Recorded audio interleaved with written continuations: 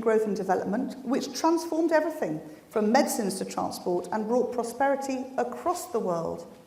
We are at the tipping point of another revolution that has the potential to transform. The way that all our modes of transport are powered is changing at pace. Hydrogen fuels, net zero emission vehicles, sustainable aviation fuels, green shipping corridors. Those markets that change first and have the potential to grow fastest will go the furthest. We want UK business to lead the way on this new clean growth revolution. So that's why we're investing record amounts in our roads, in our railways, and in future green transport solutions to provide the conditions that will make sure business can grow on the back of clean transport. Building the vital connections that will open up access to jobs, education, and housing across the whole of the United Kingdom. This government is unashamedly going for growth. Growth is key to delivering jobs, higher wages, and more money to invest in our world-class public services.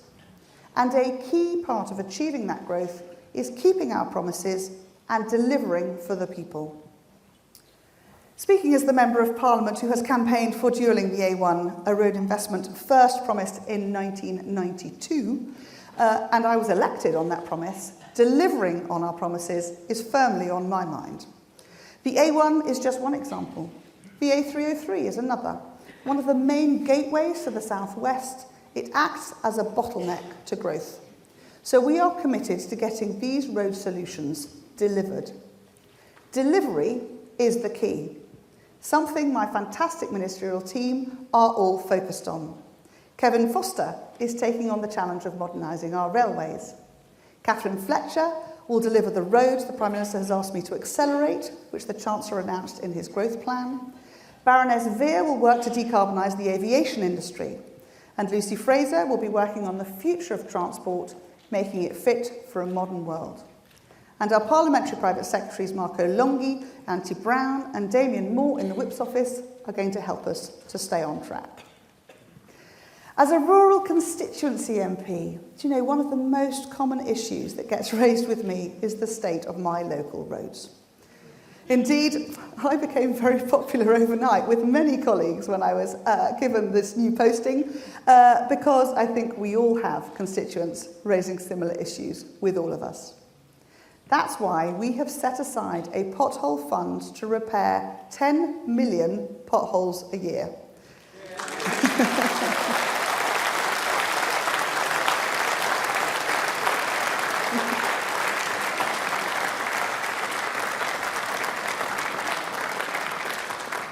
So, motorway or local street, this is a government which will invest so that our country can grow.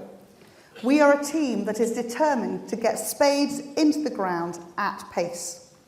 Conference, we've got a lot to do. It's time to get Britain moving. Thank you.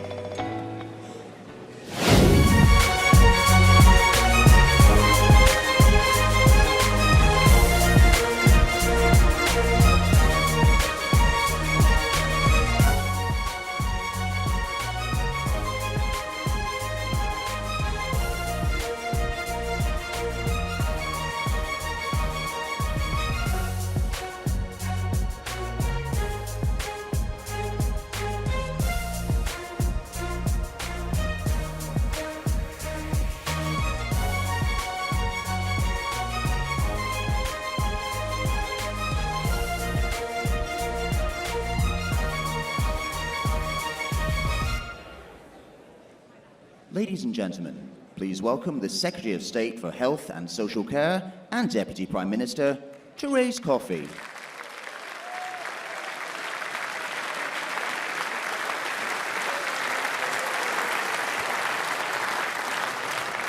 Thank you, Conference. I'm delighted to be here in Birmingham for my first speech as Secretary of State for Health and Social Care and as Deputy Prime Minister. I was here just a couple of months ago for the Commonwealth Games, and I was absolutely blown away by the Games themselves, and also how this city has been transformed since we were last here. And that is thanks to Conservative Mayor Andy Street.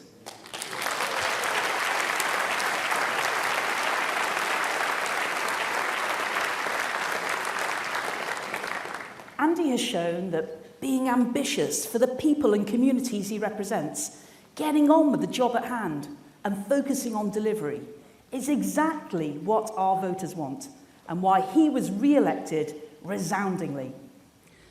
Conference, as a Conservative government, we believe in the great British people and we are ambitious for our country.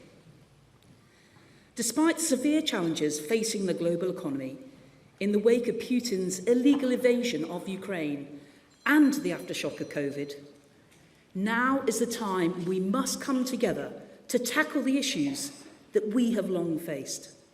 And we will take decisive action to get Britain moving again.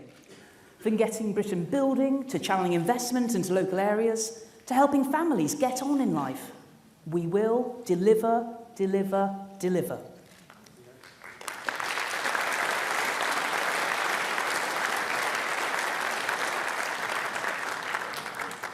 Conference, our National Health Service has the admiration and gratitude of the British people, particularly for getting us through COVID. The doctors, the nurses, the midwives, the paramedics, the chemists, the cleaners, and all the clinical and support staff, as well as the carers working in care homes or in our communities. They regularly go the extra mile. They are the pride of Britain. The NHS is and always has been a national endeavour. That was set out in 1944 when it was a Conservative politician, Sir Henry Willink, who put forward the proposals for a National Health Service. That's right, a Conservative MP from my home city of Liverpool who conceived the NHS. A good omen, I think.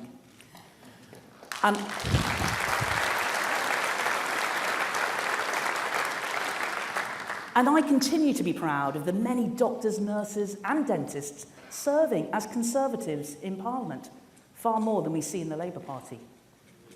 And it is because of our Conservative Party's commitment to the NHS that we will be spending £173 billion this year on health and social care in England alone, up from £124 billion when we entered office in 2010. This has resulted in more doctors and nurses than ever before. But as Health Secretary, it's my job to be honest and to level with you about the scale of challenge ahead of us. And frankly, I won't be turning to Labour for solutions.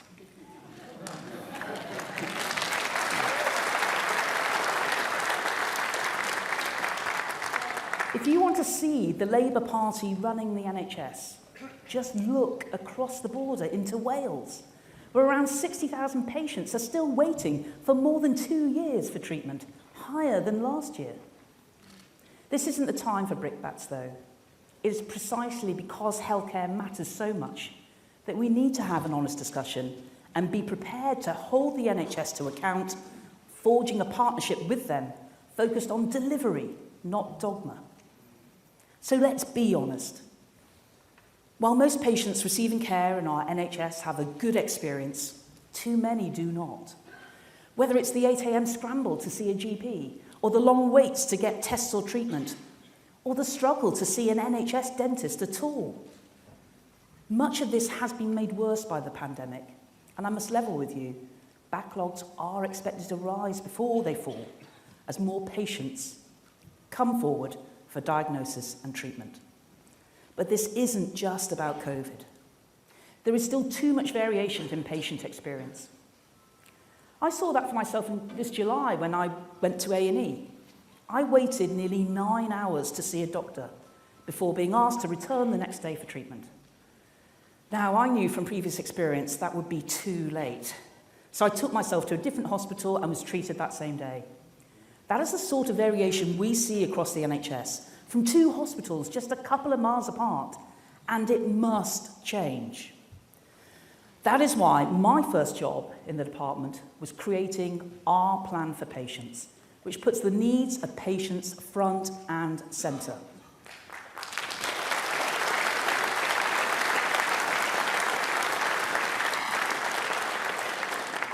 Our new plan for patients deliberately places an emphasis on primary care, the gateway to the NHS for most people. It empowers doctors and nurses by reducing bureaucracy, which gets in the way of them doing their jobs. And it seeks to improve performance across the country by unlocking data. Now, you may have heard A, B, C, D are my immediate priorities. At no conference I wasn't broadcasting my A-level results to the nation. Nor was I reciting a new hip-hop beat by Dr. Dre. Those 4 letters represent my commitment to focus resolutely on the issues that affect patients most. Ambulances, backlogs, care, doctors and dentists.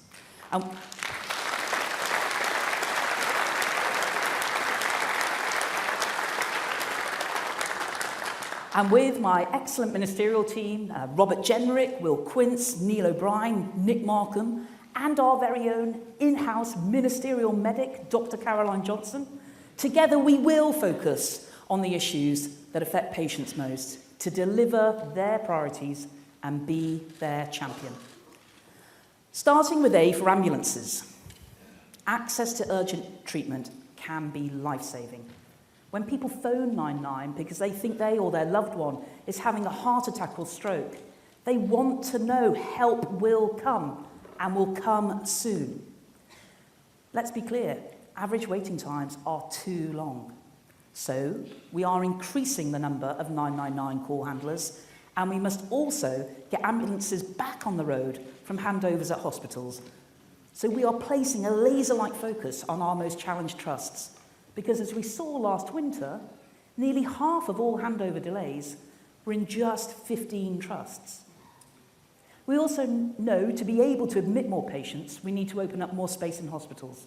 So we are acting immediately to create more capacity, the equivalent of 7,000 more beds this winter. But it's not just capacity in our hospitals we need, it's also in our communities to help support people who could be cared for more appropriately at home or in a care home, rather than being kept in hospital unnecessarily.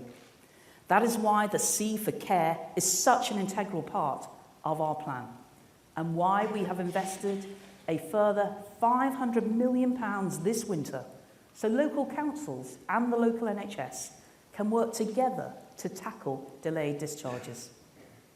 It isn't all about emergency care, though. It is also about diagnosis and treatment. And that is where we go back to B for backlogs. The waiting list for planned care, made worse by the pandemic, currently stands at about 7 million. This includes people waiting for diagnosis to know if they need any treatment at all. While in England we have now virtually eliminated waits of over 2 years, we are speeding up our plans to roll out community diagnostic centres as well as new hospitals. And we will maximise the use of the independent sector too when patients are waiting too long for treatment. Lastly, but key, is D for doctors and for dentists. Now, I think it is perfectly reasonable when people need to see a GP, they should expect to do so within a fortnight. Of course, I would like to be more ambitious, and while I will not be prescriptive on how GPs interact with their patients, I am clear. Patients must be able to see their doctors promptly. Now, to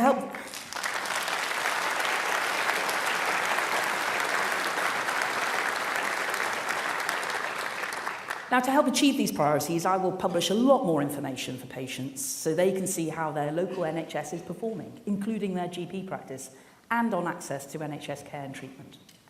Another key element is personnel. I've listened to why people say they are leaving the NHS or what is holding them back from offering more services. And I am responding. I'm empowering GPs to use their funding more flexibly for the recruitment of more support staff and making significant changes to pension arrangements. I'm extending the emergency clinical register so that health professionals who have come out of retirement can continue to practice for a further 2 years. I'm opening up more prescription capability and services to pharmacists. I'm investing in IT for telephony and digital appointments, and I'm making it easier for clinicians registered outside England to be accredited to get to work more quickly treating patients. It is frankly bonkers that we have restrictions on the recognition of doctors, dentists and nurses within the UK itself. That is why I'm laying regulations next week, which will allow the General Dental Council to get on with accrediting dentists to work right across our United Kingdom, so we can have oases of oral care rather than dental deserts. This is all on top of our existing commitments to boost the health and care workforce, including our manifesto pledge to recruit 50,000 more nurses by 2024. Conference, whether you live in a city or a town, in the countryside or on the coast, this Conservative government will always be on your side when you need care the most.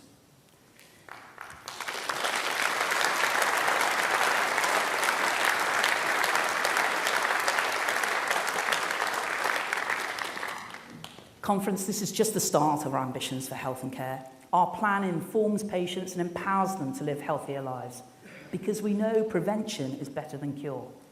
It is right we continue our longer-term health approach, strengthening mental well-being and resilience, as well as the physical health of our nation, because that is also good for the economic health of the nation. We have a record number of people in work on the payroll, but there are many vacancies still to be filled. We know work is good for you, both physically and for mental well-being, as well as putting more pounds in your pocket. That is why I will strive to support those not working now due to ill health, to help them to start, stay and succeed in work, building on the Prime Minister's pledge to have more mental health support in communities. Because together we can deliver a healthier, more productive society, all the stronger to help grow our economy. As the Prime Minister said on the steps of Downing Street, she has 3 clear priorities: growing the economy, tackling energy security and costs for households and businesses, and the NHS. When I first went into the department, I asked what was the biggest risk, what the biggest risk was this winter, and what we could do to help. I was told, help with energy bills, so older people would not worry about the cost of turning on the heating, and for health and care providers too. The Prime Minister and the Chancellor listened. They acted. They have delivered. And we need to act on growing the economy too. We need a strong economy to have a strong NHS. We need a resilient, sustainable economy to have a resilient, sustainable NHS. And we need a compassionate and considered Conservative government to deliver, deliver, deliver.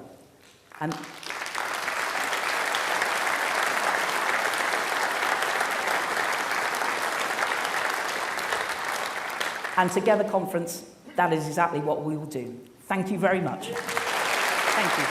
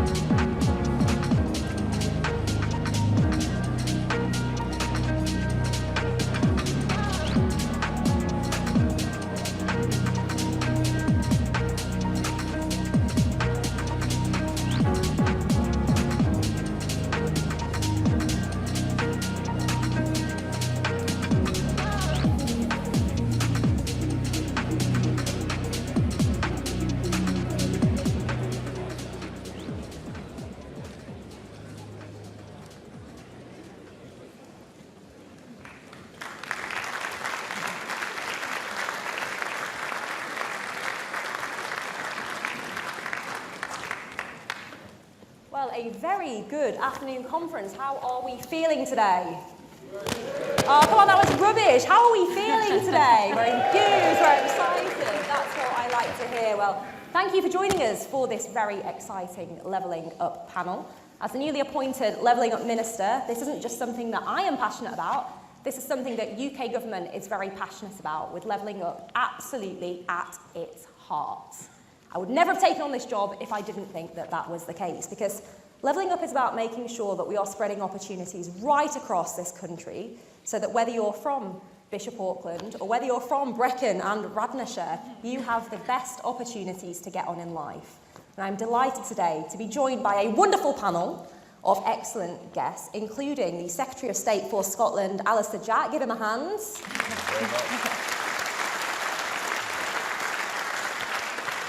The MP for Brecon and Radnorshire and PPS to the Deputy Prime Minister, Faye Jones. And Scotland Office Minister, Malcolm Offords. So, Alister, start us off. What are your thoughts on levelling up and devolution? Well, as you said in your introduction, it's a UK-wide mission. It's incredibly important that as Boris Johnson used to say, you know, opportunity was not equally spread across the United Kingdom, but talent was. That's what we know, and that's what we have to address. And in Scotland, we're very fortunate that with a mixture of project funding, we've got £2 billion of funding currently committed to Scotland, and you know we're all about delivering for local communities, delivering on their priorities, creating jobs, improving the economy. We leave the SNP to be obsessed with separation, with breaking up. They're on a sole mission. They're failing on public services, and we see that in Scotland on education, on health, on drug deaths, on many things. Our focus is very much that the UK government is present in Scotland and is delivering for people at a local level, and that is levelling up. Absolutely. Faye? Well, I think we've seen a bit of a journey on both the UK government and the Welsh government working together over the last years. We've seen the best and the worst. I think during the peak of the COVID pandemic, when you really saw political gamesmanship from Mark Drakeford, and I think backed up by counterparts in Scotland as well, you know, that was really not what we want to see. You know, at the end of the day, Alister is absolutely right. Delivery is what our constituents right across the country are concerned with. They don't care who's delivering for them. They want to see a measured standard of improvement in their lives. And I think now we are actually in a good place. We finally got the Welsh Government to come on board with the levelling up agenda, and we can see they are starting to put their gamesmanship behind them. So I think that's really positive. And for someone who represents a constituency which has 65 miles of border with England, we look over the hedge and can see things are working better in England. And I really want us to embrace that agenda in Wales, and fingers crossed in a couple of years' time when we've got an opportunity to have a Conservative government in Wales, and we'll have two Conservative governments at either end of the M4 really working for Wales. I think that's when we'll see real change. I know you guys are all going to be out there, aren't you, delivering those leaflets and knocking on doors in Wales to make sure that happens. Malcolm, your thoughts? I think from a Scottish point of view, this is one of the most important initiatives that UK government have put forward, and it's fundamentally going to strengthen the union. Because what we're saying here is that we want, as I said before, opportunity has not been shared throughout the UK, but talent is everywhere. And in Scotland, there's been a narrative pushed by the Scottish National Party that Scotland was treated badly and differently by the UK, and in fact, quite the opposite. But this is an initiative that shows us that we are the same opportunity being given to all regions of England has also been given to Scotland. And what we discovered is of the 32 local authorities in Scotland, many of whom are not run by Conservative majorities, 30 of those councils are bidding for levelling up. Many of them are SNP-controlled councils, and they're saying to us, you know what, we haven't seen anyone from the UK very much for the last 20 years, and you're in town, you've got good ideas, you've got money, we want more rather than less engagement from the UK government. So it's been a brilliant initiative for us. Brilliant. Well, on this snazzy new policy we have, Alister, on investment zones, but also on free ports, tell us about those. Tell us about the potential they have for delivering in Scotland. Well, it's about Scotland's two governments working together, and on free ports, we're a bit behind the curve. I was very fortunate earlier in the summer to go and visit Ben Houchen's Teesworth free port, which was inspirational, and he already had let 50-acre sites to people. I think on the 7th of July they were cutting the first turf for Sears. But more than that, there was a 1,045-metre deep water quay going in. And you will know all these things from being from that part. But it was so impressive to see, but for me also depressing that they had such a head start, because we had spent the thick end of 18 months negotiating with the Scottish Government to agree a free port strategy for Scotland. We've now got there. We have 5 bids from Orkney, Peterhead and Aberdeen, the Clyde, the Forth, and Inverness and Cromarty. And we're now at a position where we're ready to announce, we've decided the winners, if you like. We've agreed it with the Scottish Government. We're ready to announce those winners, and we'll be doing that imminently. But I want also to offer those 5 areas in investment zone status, which will give them other advantages to go alongside. And actually, I wouldn't be upset if, for instance, Stranraer and Cairn Ryan, who pulled out of their Freeport bid, that's at I declare an interest here, that's at the west end of my constituency. But that's where the sailings are to Larne and Belfast. And I would love it if, with Larne and Belfast, they became an investment zone. That'd be a great sort of union message. We like that. And it would bring, hopefully, more investment and more levelling up. So I say this in advance because we now have to work with the Scottish Government, because part of the IZ offering is in the devolved space.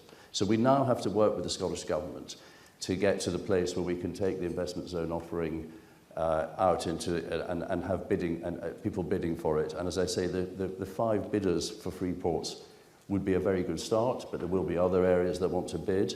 And I think it will be very important for the levelling up agenda. I think it will make a huge, huge difference, because it's not just the tax breaks, it's the inward investment that will follow that will create better quality jobs and improve people's livelihoods. Mm-hmm. Absolutely. And Malcolm, you and I were up in Orkney last week talking to people as part of the Islands Forum, and it struck me that there was an awful lot of positivity around growth deals. Yes. We were there actually to talk mostly about energy, but we asked the delegates from all the islands in the UK what was their major concern with the change of government, and their response was, is levelling up still going to happen? And it was a tremendously positive environment. In fact, I saw you you were having selfies with a whole number of SNP councillors on the levelling up agenda. And I think what's coming through here is that this is actually real devolution. This is not central government coming to communities and telling them what's good for them. This is us going to local communities and saying, what do you want in your community? If you take my community in Inverclyde, which is considered one of the most deprived areas in Scotland, the local people have decided the projects they want to back. And when the council, the chief executive of the council, said to me that when they went out for engagement to the community, they got the greatest response on levelling up in anything they've done in 20 years. And that's supposedly within a deprived area, which actually is saying they want the tools to improve their lives. They're aspirational, just like the rest of us. And we're in a position now, by allowing the local people to select their own projects, to empower them to improve their own communities. And surely that is what the basic value of being a Conservative is. And Faye, we need to talk about Wales. Always. So you were elected back in 2019, so we're still quite new, slightly less fresh face than I think either of us would like to be at the moment. How have you found the relationship between UK government and Welsh government? Well, I think it certainly has improved over the last 3 years. You know, we have a constructive dialogue now. I'm really pleased at last they've come on board with the idea of a free port, and that bidding process is currently underway. And with any luck, we will have at least one free port in Wales, hopefully announced in the spring. And levelling up as well, I think the great benefit of levelling up is actually that we are working directly with local authorities in Wales, which is absolutely fantastic. My local authority, Powys, is one of the largest areas in Wales, but yet we never received any European Union funding. And isn't this the great benefit of Brexit, that we are actually able to take our money and put it directly into community projects? And as Malcolm correctly says, this is from the ground right up. This is bottom-led. So I think, not only is the relationship between the UK government and the Welsh government so much stronger now, despite despite the occasional hiccup, they're not, really fully engaged with the idea of economic prosperity and more jobs and a better standard of living. But, the UK government is dragging them along. We are in a much better place now, and, I really am seeing the benefit. For the first time, my constituency got funding, and we got £7 million, which is probably not very much, but in my part of Powys, that is going to make a huge difference. We're going to be able to add better facilities to Theatr Brycheiniog in Brecon. We're going to be able to build on some brownfield sites in Llandrindod Wells. These are tired towns that need love and need to come back into use, because I know that Wales is the best part of the United Kingdom, but well, I'm pretty confident. I'm pretty confident. This is not the time. This really isn't the time to start this argument. Yes, sorry, union, yes, that's it.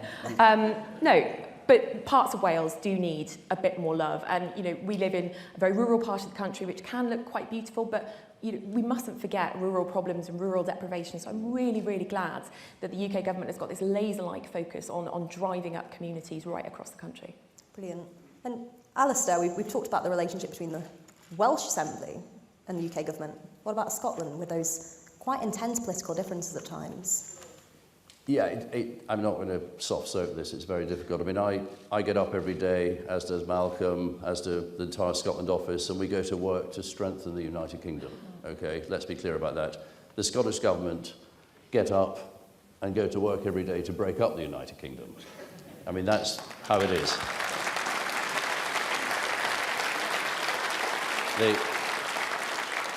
They want to separate. I think we all know separation is painful.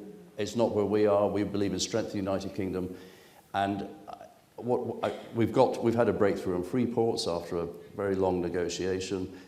I hope we'll get one in investment zones, but we also want to, for instance, Peter Hendy did a very good union connectivity review, and there's a lot of good that can be done out of that. We want to work with the Scottish Government to deliver on that. We want to deliver small nuclear reactors that help power the grid, bring down energy costs. They're totally against nuclear. It's not the old nuclear power stations. These small nuclear reactors do a job for the grid, and the idea that everything can be delivered from renewables is not realistic, because it doesn't matter how much offshore wind you have in the North Sea. If it's a cold night in December and the wind isn't blowing, they ain't generating any power. So you do have other things for the base load grid, whether people like to hear it or not. The base load for the grid needs other forms of support. So there's that. And there are a number of other initiatives that we want to work with them on. We think all of these things will either bring down the cost of living to people, and a good example of that would be gene editing. So at the moment we have a gene editing bill going through Westminster. It is not genetic modification. That was a complete misunderstanding with the Scottish Government Minister at the beginning. We've made this very clear. Gene editing is what happens naturally, but you're just speeding it up. Farmers have been doing it for centuries. But actually, when you're facing issues around climate, adverse weather, whether it's problems applying pesticides and other issues that farmers face, gene editing can help you with that, and it can make your crops less expensive to produce, which brings down the cost of food, and it can obviously enhance the yields as well. And we want the Scottish Government to get on board with that. At the moment, they're resisting it because they're tracking EU rules and regulations. That, to us, is a mistake. And actually, the National Farmers Union of Scotland and many others, the James Hutton Institute, who are the world leaders on gene editing and based in Dundee, they want the Scottish Government to get on board.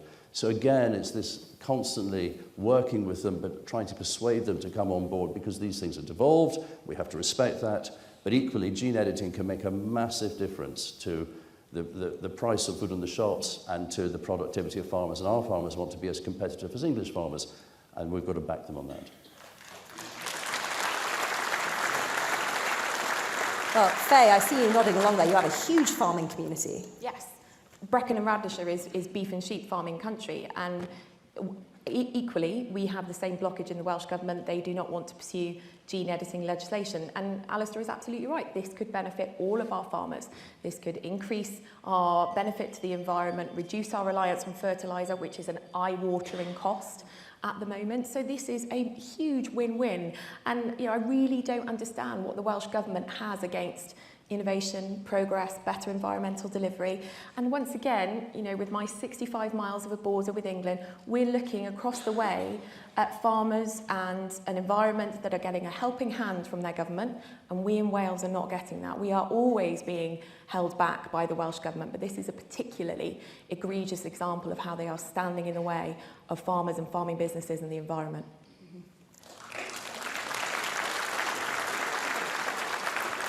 But this is the point at which UK government can step in and work with the devolved administrations to unlock these real tangible things, because often it isn't the tangible day-to-day things that are talked about by the Welsh Assembly and the Scottish Government. So Malcolm, I want to touch on transport. How's that relationship going? Well, transport is devolved, and so the Scottish Government will say that has to be done only by them. But then you have trade routes that go through, that connect Northern Ireland to England through Scotland. And actually, why are we not able to upgrade, for example, A75, when in fact that's what the businesses in Ireland are saying and the business in the north of England are saying? And so actually it's a frustration that we say, look, we want to work with you. Yes, it's devolved, but surely in this area there's a wider UK initiative. And I think that is a battle I think that we're winning now. Alistair, that's in your constituency. You know the difficulty of that particular conversation. But the Henley report was actually designed to be a UK-wide. And it's very important to remind all of us in all parts of the United Kingdom that we remain united. We still remain one country. That devolution settlement was meant to have certain devolved areas for the local administrations to run better their local affairs. But for example, we were in Orkney last week. Orkney and Shetland, who are now at the centre of the revolution of wind power, they want to feel that they're at the centre of this debate. And it's a UK debate, isn't it? We didn't feel that was classified as a Scottish matter. It was a UK matter. So I think this is very helpful for us getting the debate back to UK-wide matters. Completely so. So we've only got a few minutes left, so I'm going to ask you each the same question, one final question. The tricky question. The tricky question. What is your one main hope for the future for Scotland? Alistair. I was hoping you were going to start with Malcolm. I thought that would have been... Well, Malcolm, I'll come to you first and let Alistair off. No. I mean, it's not. I wasn't going to pass the buck. No. I mean, my hope for Scotland is does it have to be levelling up, the answer? I mean, personally, I'd prefer it. But given that's my brief bit now. So I think it's linked with levelling up. Okay, I think it's because I think the thing, I'm going to slightly twist and get my answer in here. The thing that is holding, we've seen the Scottish economy grow slower than the English economy over the last decade. Okay, we know there's uncertainty being caused in Scotland by the SNP perpetually banging on about separation.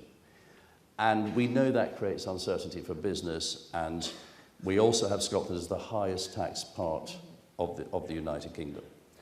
And what I would say is this, is that I want to see us win the case in the Supreme Court, which is coming up on the 10th to 11th of October, which Sturgeon has taken to the Supreme Court. I want to see us win it well, because I believe the 1998 Scotland Act, it was very clear what was reserved and what was devolved. Malcolm's just touched upon that. So I want to see us win that case strongly. Sturgeon said that she intends to have a referendum on October the 19th, 2023. I want to get through that date, and where I'm confident there won't be a referendum. And I want to put the whole matter to be put to bed, and for the SNP to recognise that actually focusing on the economy and the things that people go to bed at night worrying about, that's the levelling up agenda. People don't go to bed and worry about being part of the United Kingdom. They worry about their jobs, or their children's education, or their parents' health, or whatever it may be. Those are the things. They worry about how much money they've got to spend, etc., etc. We know all these. That's what people go to bed worrying about. They don't go to bed worrying about being part of the United Kingdom. And the sooner the SNP realise that and start delivering on the day job, the better. And that's my hope for Scotland. Absolutely. Quite right.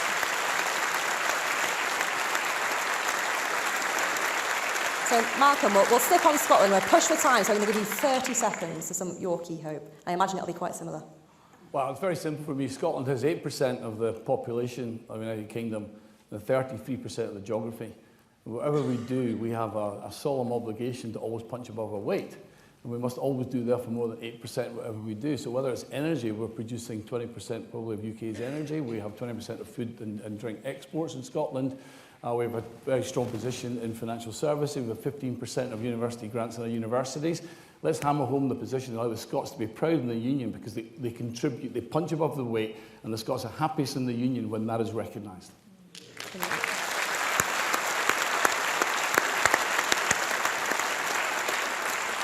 And Faye, 30 seconds, your key hope for Wales. Gosh, I'll try and do it quickly.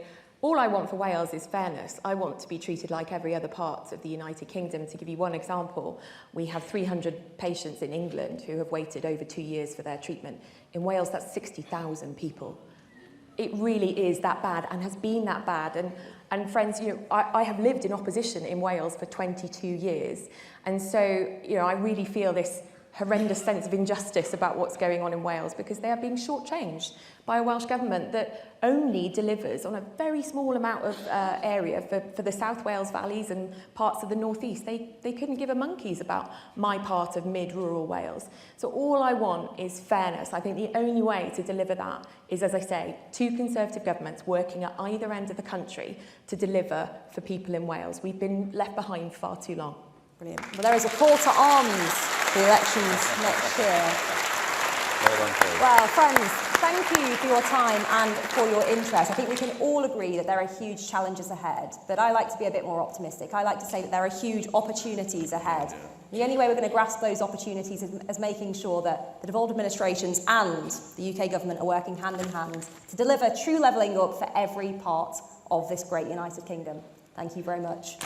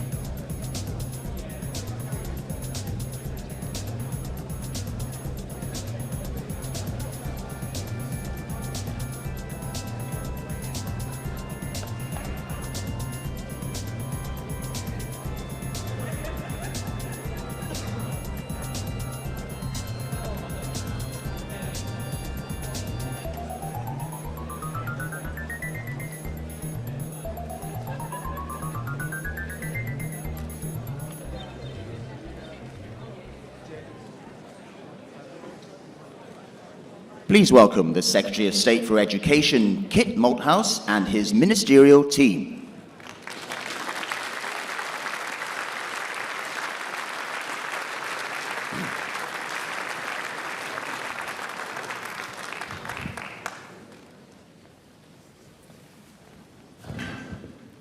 Are you sitting comfortably? Friends, of all the work we've done together as a party and indeed as a nation over the last 12 years, in my view, the work of which we should be most proud is the work we've done in education. Wherever you look, there is a story of progress and success. We now have, of the 10 million kids who are in school, about 8 million in good or outstanding schools. That's an enormous leap forward over the last 12 years. In literacy, we now have about 82% of kids at 6 reading fluently, rising to 91% at 7. We're at the highest level, at 8th in the World Literacy League table, our highest score that we've ever had. And these are enormous steps forward. 10 years ago, a very small number, well, not a very small, about 60% of kids were taking science at GCSE. We're now at 90%. History and geography at below 50%, now at 80%. It's a huge step forward. And at the same time, we've seen the record numbers of disadvantaged kids going through university over the last decade, as well as the incredible work we've done to turbocharge the skills agenda and the FE sector, opening up a whole new area of choice for young people. And so that story of success is something which we as a team want to celebrate with you over the next 2 years, but also reflect on the fact that there's still an awful lot more to do. Right? This huge organisation, this vast franchise, if you like, of England education, needs constant attention and constant pressure from us as demanding friends to drive it forward. And we've set ourselves 4 key missions. First of all, on schools, we want to be much more assertive about intervention and standards. Looking for excellence in the basics, attendance, behaviour, reading, writing, maths. You give kids those basic qualities and they'll generally fly. And that means that we need to be much more front-footed about talking to schools about what they can achieve. We've seen, as I said, vast progress in lots of schools, but there are still pockets that need our attention. And we need to reflect on the fact that there's nothing quite as persistent as people hanging on to mediocrity. Us finding it, challenging it, working with teachers, bringing all the schools up to the standard of the best will be a key part of our mission. Alongside that, the Prime Minister has asked us to play a big part in the growth agenda. And there are 2 key areas that we can do that. The first is on childcare. At the moment, we have a childcare system which is not really performing either for parents or indeed for providers. And so over the coming weeks, we'll be bringing forward new plans, not to tinker with the system, but to provide really strong support for those parents who want to go to work, want to take more hours, want to return to work, but also critically support for those families that want to make a decision about having children. You'll be hearing more about that in the months to come. And then the second area of the growth plan is, of course, this skills agenda. You know, we've made heavy investment in the apprenticeship scheme. There's still lots to do, and Andrew's going to be talking about that shortly. But driving forward degree apprentices, where we've now seen, you know, professional firms now, lawyers, accountants, seeing the value of this, attracting more and more young people. Landing T-levels, launched successfully recently, now expanding out across the country. And of course, some of the boot camp work we've done to shift people's skills dynamically quite quickly, like we did last summer over HGV, right? Nobody's talking about the HGV license shortage now because we put 5,000 or 6,000 people through the system very quickly to get them into those skills. So there's lots of work that we can do there. And then the fourth area, which Kelly is very focused on, is around child safety and safeguarding. You know, all of us have had to hold back tears when we've read some of those horror stories in the newspapers. Star Hobson, Arthur Lavinia Hughes, right? Really dreadful stories of neglect and horror that some kids are subjected to, that have kind of caused us to question whether the system is working properly. And so a sharp focus on getting into those 80-odd thousand children across the country who are of concern and understanding what more we can do to protect them, we think is absolutely critical. So success, a story of progress, of millions of young people who are going through a much better system than they were over a decade ago, but still an agenda of intensity and work. And in many ways, a kind of acceleration of the mission. The transformation mission, which was begun 10, 12 years ago, has kind of reached a point at which we need to re-energize it and push it forward. All the thinking about education, training, skills over the last 10 or 15 years has been conservative thinking. All the progress has come from this party and the work we've done with teachers. We've shown the country what can be done. We know what works.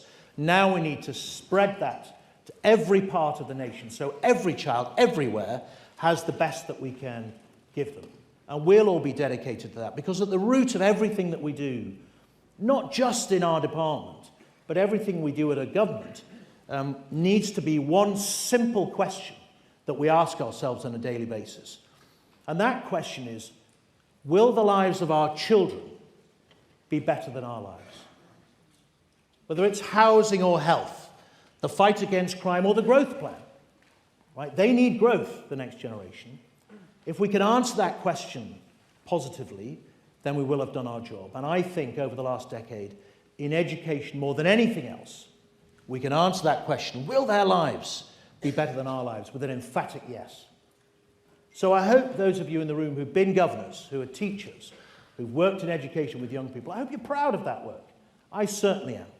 And I hope you'll hear from us over the months and weeks to come that we will sing the praises of those who've done this work, of teachers, of parents, of schools, of multi-academy trusts, as we spread that success to every part of the nation. Now, to do that work, I'm very lucky to have a fantastic ministerial team. And we were given a choice today about whether to give a speech or whether to have a conversation. And I thought it was most useful for you to meet this critical team who are going to be part of the story of success in the months to come. So I'm going to ask each of them to introduce themselves and talk a little bit about their agendas. So first of all, Kelly Tolhurst, we were elected in 2015. Now, you and I have shared a passion for some time, not just about schools, but about child safeguarding. You know, thinking about some of those really awful stories that we've seen and some of the frankly dreadful lives that vulnerable young people live, and about what more we can do there to improve their lives. Now, as you introduce yourself, could you just talk about where you think that could go and what more we could do? Yeah, well, good afternoon, everybody, and thank you, Secretary of State. And as the Secretary of State has outlined, I'm Kelly Tolhurst. I'm the Member of Parliament for Rochester and Stroud, and absolutely thrilled to be the Minister for the new brief, Schools and Childhood. And this is a new brief that encompasses all elements of a child's childhood, and a real focus, really trying to deliver on our mission to make sure that every child has a fulfilling childhood. Now, before I was elected as a Member of Parliament, I was a chairman of a small charity running a children's centre within my village, actually, where I live, where we were delivering support services to parents for nursery places, parenting courses, cooking courses, things like that. And that's really what started my passion, actually, about how are we able to develop policies and deliver services that really support our families, but also our children. So that's one of the key things that got me started. But also, my sister's a social worker, and I've worked with Looked After Children, and it's one of the things that has really driven me in politics ever since we got elected, to deliver for those young people actually that don't have a big voice, and that is our Looked After Children. And too often we are seeing poor outcomes for our Looked After Children, and that's something for me that is a strong driver to want to be in this role. And as Kit, the Secretary of State, asked the question about, how do we protect children from harm? How do we avoid those absolutely horrific stories that we've all read, and no one can not be touched by that. And we're lucky, under the leadership of our Secretary of State and our Prime Minister, we are really clear that we will be working tirelessly and quickly in order to deliver a response to the 3 big reviews that have taken place. The independent review into children's social care, the national panel review on the awful cases with Arthur and Star, and the CMA report. And we will intend to do that, but also launch an implementation strategy. If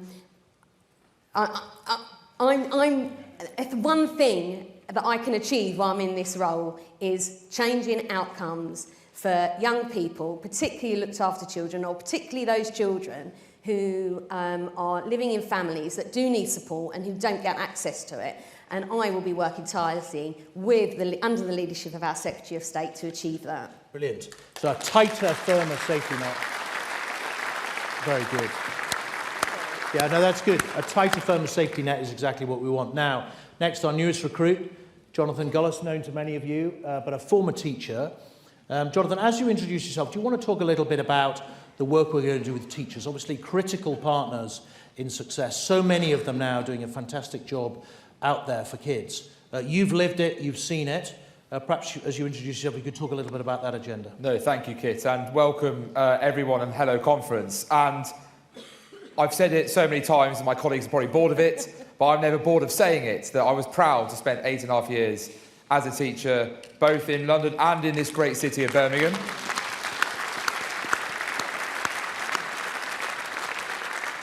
And what really upset certain political opponents is that I was also a trade union representative for 3.5 of those years as well, working as a shop steward, hearing from our members as a member of the NSUWT. And I wanted to quickly, before I get to what Kid has asked, is to explain why education is so important to me. My mum and dad are the beneficiary of a great education system, but in different ways. It was my mother who got into grammar school off the council estate in London that gave her the opportunity to start her life. It was my dad who accessed the Open University, became first in our family to ever get a degree. My mum and dad then worked incredibly hard and were able to go and achieve success that people in their local area said wasn't possible. It was education that reminded me time and again that made it possible. But the real reason I fell into teaching, because my dad was a teacher and I was one of those that promised I'd never follow my dad into the profession, but it was working with a young girl called Hannah at Mabel Pritchard School in Oxford whilst I was volunteering in my second and third year at university, a girl with autism. And she was at the local SEND school, and I used to go and help on the school trips as we went out, and to spend nearly 2 years with that young girl, trying to help her with her communication, teaching her very basic skills, but also teaching me about the importance of making sure that every child, regardless of their situation, should be cared for, should be loved, and should be have every opportunity available to them, made me realise that it was teaching that I wanted to go into. And I was delighted to go into the profession, and never did I think, back in 2011 while I was doing my PGCE, that I'd be sat on a stage as the Minister for School Standards. I know maybe at the Institute of Education, whether they're proud to have me as former alumni or not, I'm not sure. But, you know, I was proud to study there and learn a lot, and I had some great tutors, Ben Hammond, Jeremy Hayward, who were excellent at guiding me through that process. And, you know, for me, there's some really key priorities. There is the education investment areas that were announced, those 50 plus areas that I know Diana worked incredibly hard on before I entered the department. We've got those 24 priority areas, and it won't shock people that when Diana showed me her spreadsheet of those schools that have got 2 requires improvements or inadequates, that they overlap absolutely with the priority education investment areas. And we're going to go in and rip up. I won't nick Diana's number because I know it's her favourite number to do.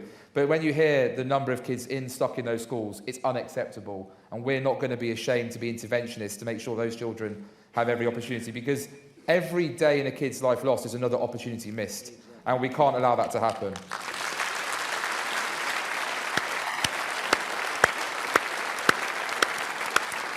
The other 2 key areas are that we should be proud as a party on the National Tutoring Programme, and we haven't done enough celebration of that. Over 2 million, what I call opportunities given to kids. And I was out across Sandwell and Wolverhampton only last week, hearing from kids and from teachers who have benefited from this system, enabling those who are most disadvantaged to be able to catch up on their learning. And what was most important to me was kids saying that they had confidence to now sit in the classroom, and when they heard some of those things, whether that be in science, maths or English, taught to them, they felt that they belonged in the classroom. And that's what we've done with the National Tutoring Programme. So despite Labour's moaning and groaning, actually we've invested over £5 billion in catch-up, which is enormous. And then finally, as Kit said about the teaching profession, we've just accredited 179 teacher training providers, and that's because we're unashamedly pro high quality expectations of the teacher training courses that we want, making sure that those teachers not only have a evidence-based led curriculum for them to deliver to their pupils, but the right mentoring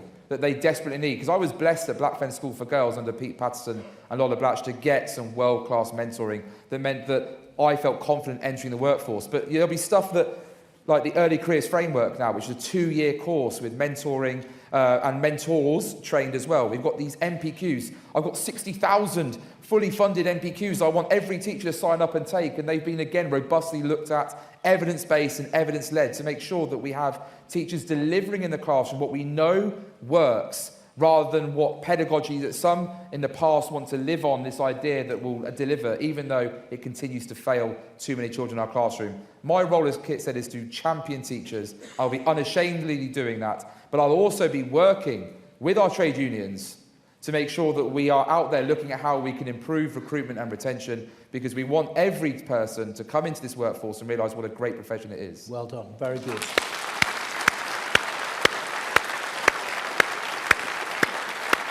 Very good, and we're very proud to have you, Jonathan, too. It's great to have you on the team.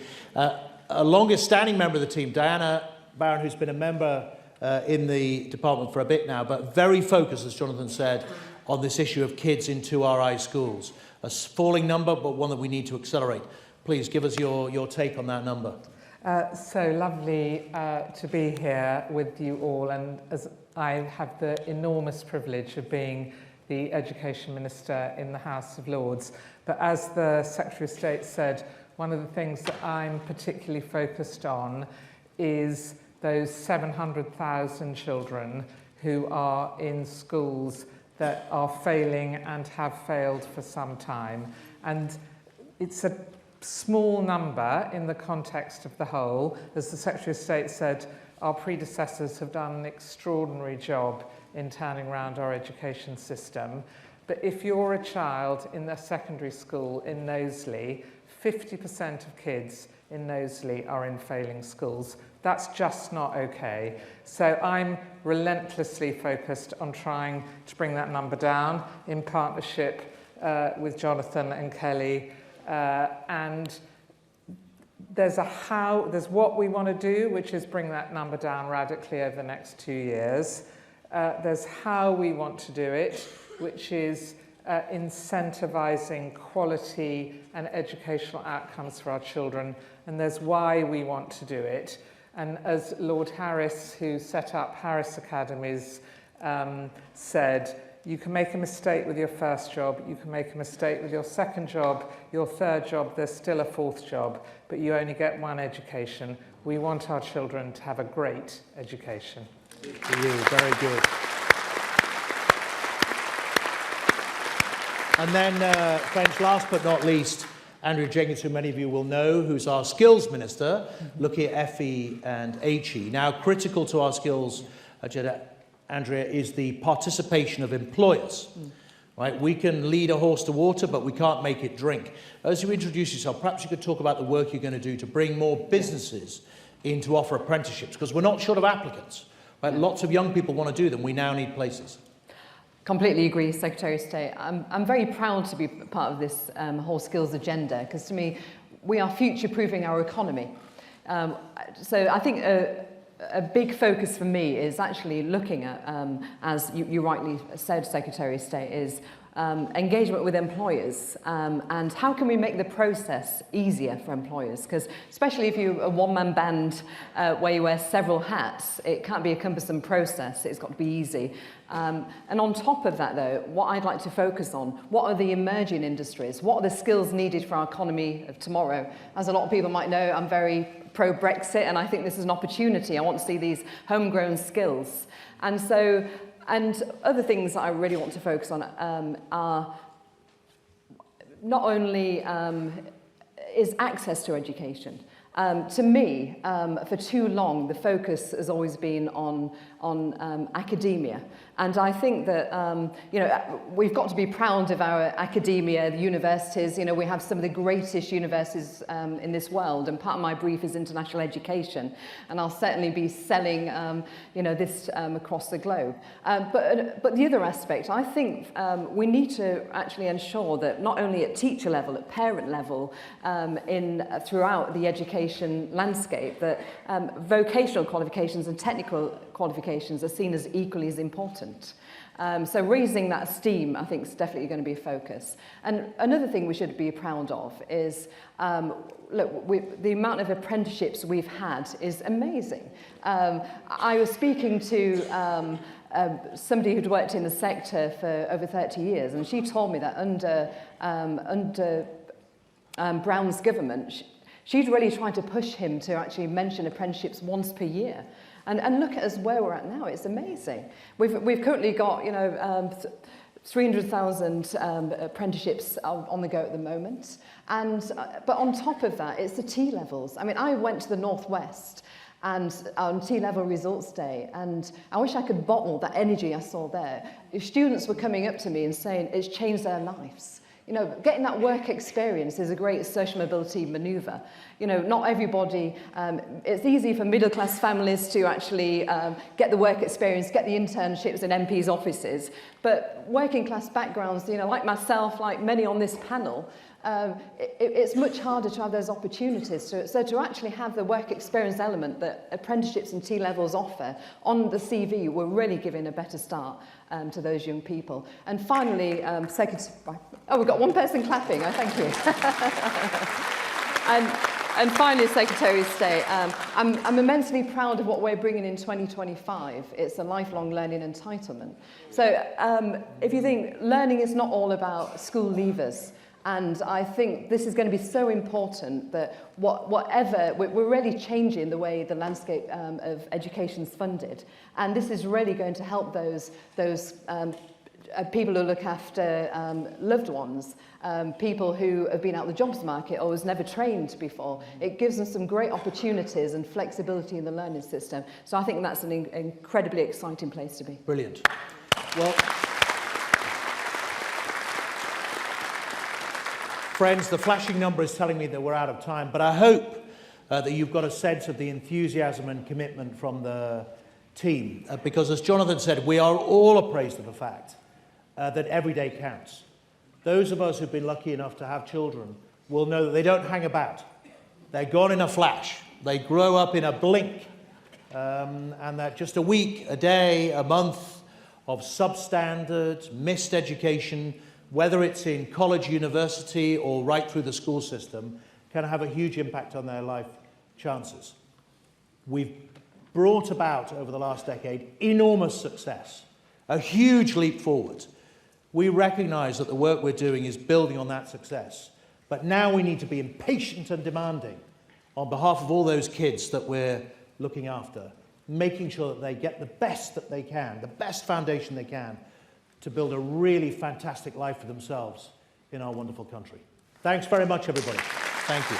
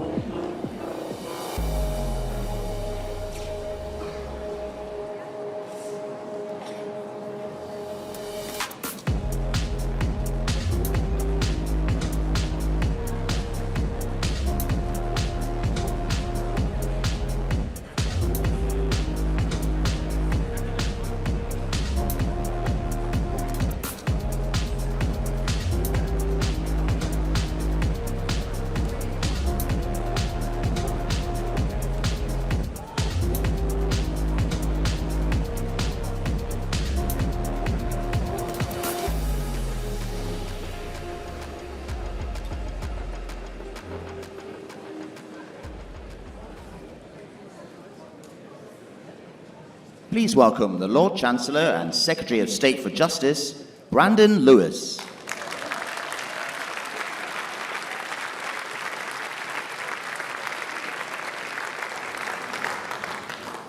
Conference, it is brilliant to be back with you here in Birmingham. It's always a time that I enjoy and one that I look forward to, as I know so many of you do.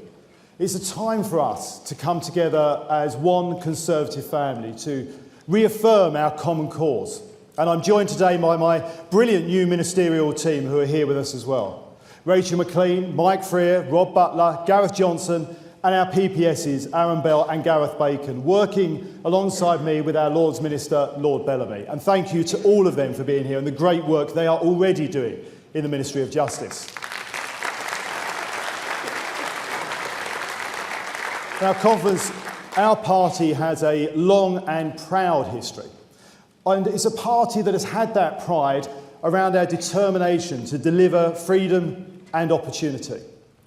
We have an unwavering belief in integrity and individualism, supported by a robust and unapologetic approach to law and order, public safety, and sound stewardship of the economy. Britain is known as a bastion of law and order, and it's why people invest here as well. Safety and security for ourselves, for our families, at home, in our neighbourhoods, in our schools and our shops, is the bedrock that allows economic growth to flourish. Public safety means peace of mind. It means safer streets and healthier communities. It means local investment and economic opportunity. It's these priorities of safety, of security, and of stability for everyone, in every community, in every corner of our country, that we as Conservatives hold dear. At the forefront of that effort are some true hidden heroes. They are the hidden heroes of our society, many of whom are the backbone of our criminal justice system. Our prison and probation staff. They work hard, so hard, every single day to keep the public safe, to keep us all safe from the most serious and prolific offenders in society. Our dedicated courts and tribunal staff who enable justice to be done in courtrooms across the length and breadth of our country join that team. And it's not just the system that matters, it's the people. Now, this has been a tough time for our country, and the criminal justice system is no different. So we cannot shy away from that. We have to face down those difficulties so that we can do what we are always focused on doing: guarantee victims and survivors the access to justice that they deserve. And as your Lord Chancellor and Justice Secretary, I can promise you I will do just that.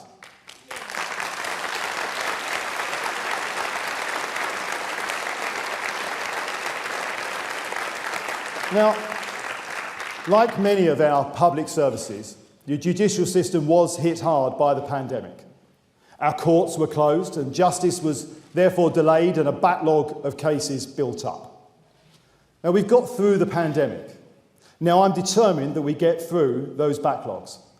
I want to make sure that everyone has swift access to justice, whoever they are and wherever they are from. Our justice system should never be, we will not let it be, a lottery. And that's why I've already taken action to address those backlogs. Now, while there are many challenges that have contributed to that backlog, the key to unlocking our clogged up courts will be ending the barrister strike over legal aid fees.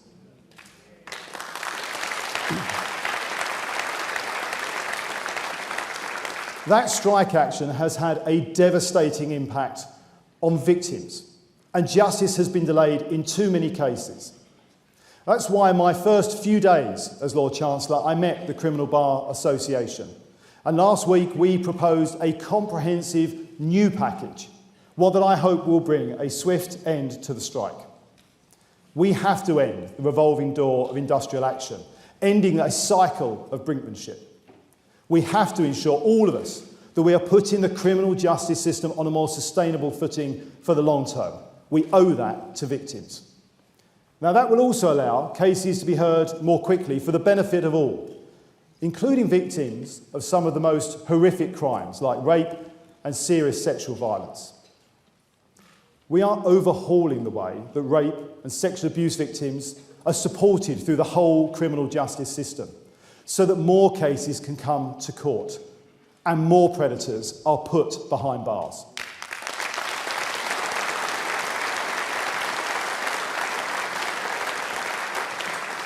At conference, we have made some good progress on this. Convictions are up by 2/3 on 2020, and they're up by a quarter compared to before the pandemic hit. But I make no bones about it, we have a lot more to do. I'm determined that we do that.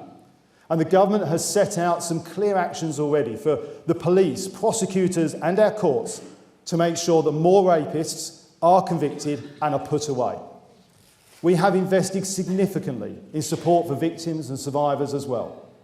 meaning that more support is there for victims when they first report a crime, and more support when their case gets to court. We want to reduce the trauma that's involved in the trial process and improve the quality and reliability of the evidence that courts see as a result of that. For example, victims of rape and serious sexual offences can now pre-record their evidence ahead of trial, avoiding that additional trauma of testifying in a courtroom in front of your accused attacker.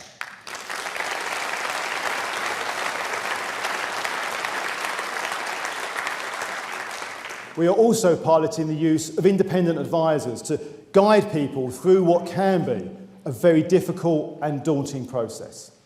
And we're boosting the accessibility of support with a new 24/7 rape and sexual abuse support helpline, so that people can access the help they need whenever and wherever they need it.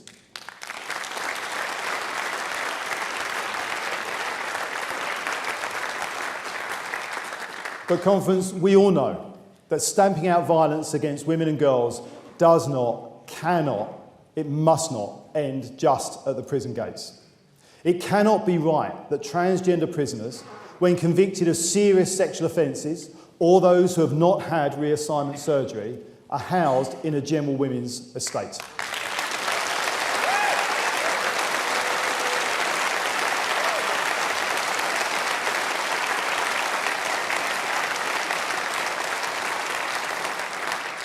Conference, this will end.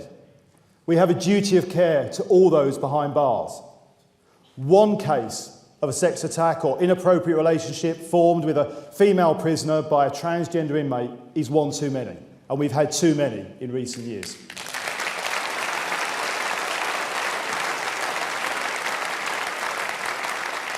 Our management of trans prisoners will rely not just on common sense, but we will also work on capacity. If we need to expand our use of the specialist areas for trans prisoners to further protect women in prison, then we will do that. Indeed, as a government, we are committed to creating 20,000 new prison places across the whole of the system by the middle of this decade. And we'll deliver that as well, because prison must be about the punishment of the criminal and protection of the innocent first and foremost.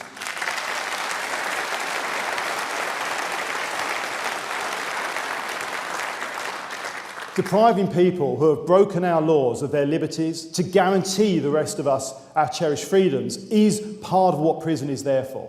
And thanks to our manifesto commitment to recruit 20,000 more police officers, we will be catching and punishing more criminals and preventing crime as we do it. I'm determined to ensure that our prisons keep up with that. But there is more that we need to do to divert people away from prison and away from a life of crime in the first place. We know that hardened career criminals are not born.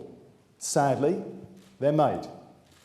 We will avoid putting some of those convicted of more low-level offences onto that conveyor belt by expanding our world-leading GPS tagging project for neighbourhood crime, targeted at burglars, robbers and thieves who can be a scourge of our communities and our neighbourhoods. This compulsory electronic monitoring and close supervision will mean that police and our probation officers are able to keep an even closer eye on them when they leave prison.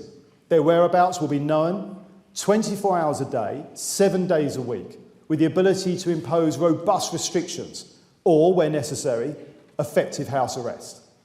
We will maximise our use of new technology like the GPS tracking, to reduce crime and protect the public from those neighbourhood thugs who too often blight our communities.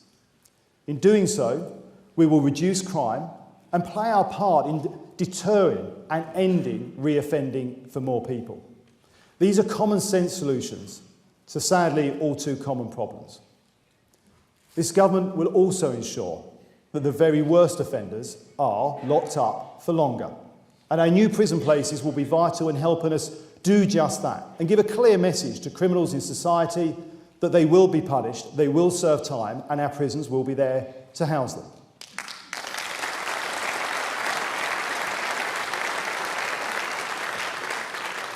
Those who commit the most heinous crimes and who commit those in a way that continue to be a threat, all of them must be punished, and the public need to know that they will be protected from them. The guarantee of public protection must be the overriding factor in our parole decisions as well, so that we can secure the rightful confidence of both the victims and the public. Now, to do that, I will make sure that the Parole Board is more accountable and more transparent about the decisions that are made.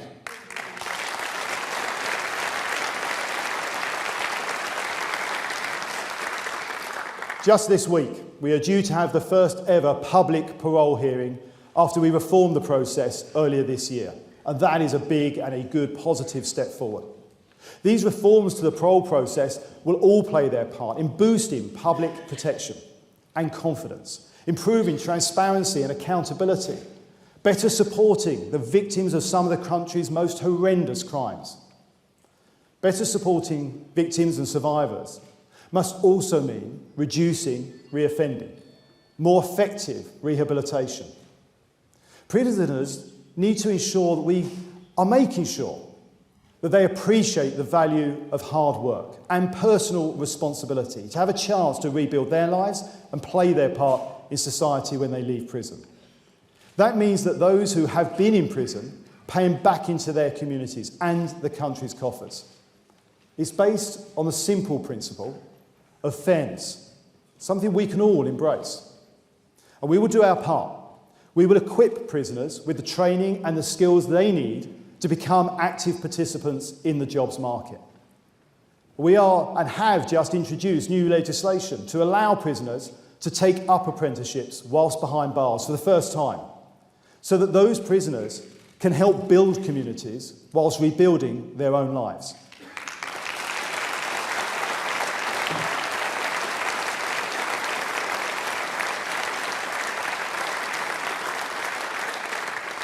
Conference, these apprenticeships will give them the skills that they need to get onto the jobs market, to get jobs on release and to pay their own way. Now, we know across our economy that we cannot tax our way to growth. We have to make sure that we are creating the conditions for the economy to thrive. Our legal services industry is full of opportunities for growth. It is already worth a positive surplus of £29 billion to the UK economy. It employs over 350,000 people, and it is the foundation for over £250 billion worth of international mergers and acquisitions. Thanks to our values, our belief in the rule of law, our traditions and our history, we are the world's council and the world's courtroom. English law is recognised around the globe. And I will work to promote our exceptional legal services industry to the world and to see it recognised as part of our new post-Brexit free trade agreements. The critical importance of our whole justice system to our country cannot be overstated. It underpins all that we do, all that we achieve, all that we believe in. It impacts everyone, everywhere. I take that responsibility to safeguard and sustain that very seriously, because I know it means peace of mind for all of us and the people we serve. It defines our quality of life. Our justice system is the foundation of what makes Britain great, and it is the envy of the world. For Great Britain is truly great when we have safe streets, healthy neighbourhoods, and thriving communities. That is what we as Conservatives believe in. It's what we strive for. And Conference is what this Conservative government will deliver. Thank you.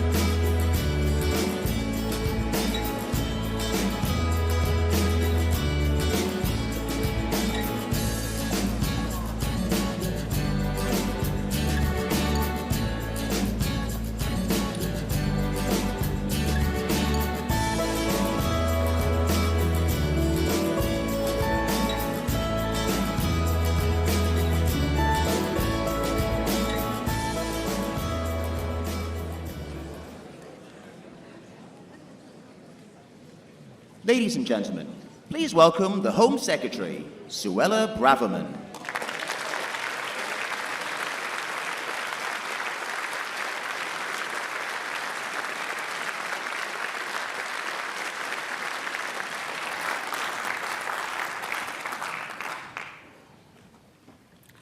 It's such a privilege to be here. Being Home Secretary is not just a tremendous honour. Keeping the British people safe and securing our borders are the highest duties of state. Our Prime Minister understands those duties, and so do I. We stand for the law-abiding majority of Britons.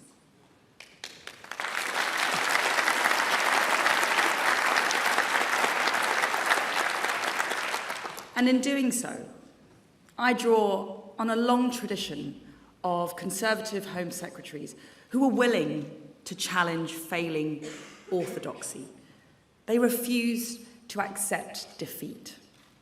Michael Howard, on his first day as Home Secretary, was told that there was nothing that he could do about the inevitable rise of crime.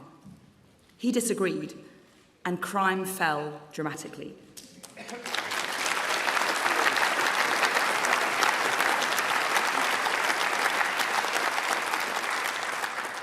They said that Theresa May couldn't deport Abu Qatada, the Islamist extremist. But, and despite setbacks along the way, she made it happen.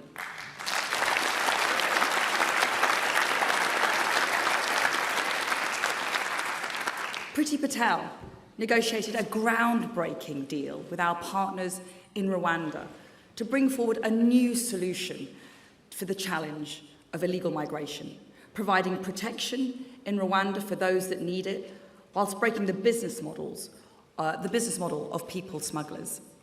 I'm grateful to Priti and Boris for the foundations that they laid.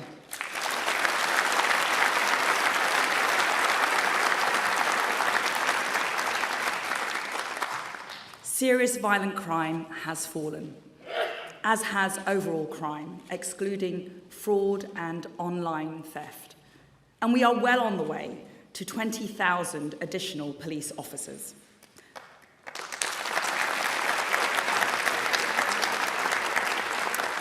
But a Home Secretary can never be complacent, and some things still need fixing. I'm pleased to be working with a brilliant team of ministers who I'm so pleased to see with us today. Tom Tugendhat, Tom Pursglove, Jeremy Quinn, Mims Davies and Lord Andrew Sharp, supported by our excellent PPSs, Gareth Davies and Sean Bailey. They all bring talent and expertise to the Home Office.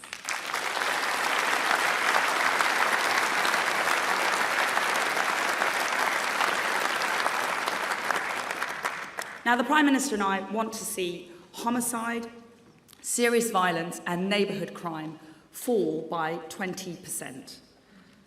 Some of our most committed and courageous people serve in the police. In Belfast,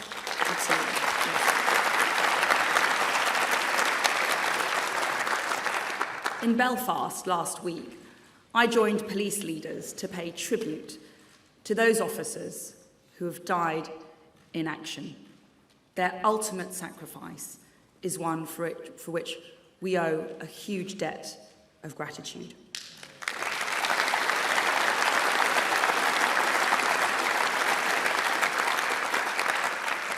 So yes, I'm immensely proud of our police. Now, many on the left, they want to defund the police. Well, I say to the militants, I say to the anarchists and the extremists, no, I will always back our police men and women.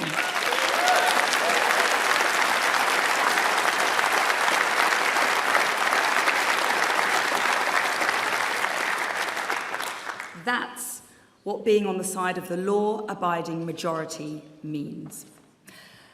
But we also need to be frank when things go wrong.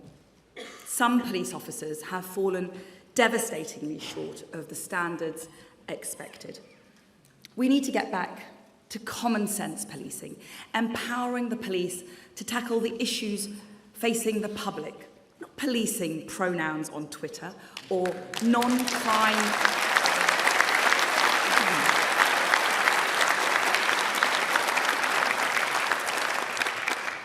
Not policing non-crime hate incidents.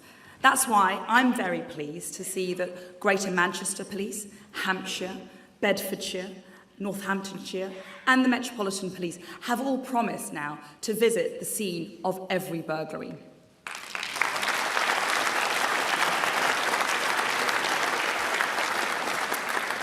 But the law-abiding majority expect every force to investigate every neighbourhood crime, and so do I. Drugs, car theft, vandalism and antisocial behaviour cannot be ignored.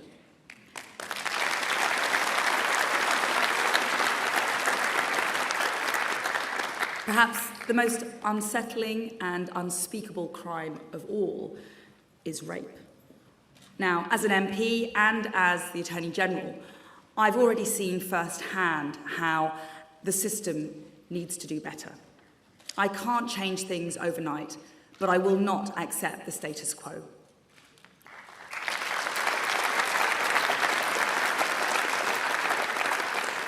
Now, policing is a public service and must be accountable to you, the public. That's why it's right that we publish league tables that show how well every force in England and Wales is doing in their fight against crime. You all have the right to know, and greater transparency will drive up standards. Now, the modern world inevitably brings new challenges. Our National Security Bill will ensure that law enforcement and intelligence agencies have the tools that they need to stay ahead of the country's ever more sophisticated adversaries. Yet everything starts from getting the basics right. We need common sense policing, unashamedly, unapologetically, on the side of the law-abiding majority.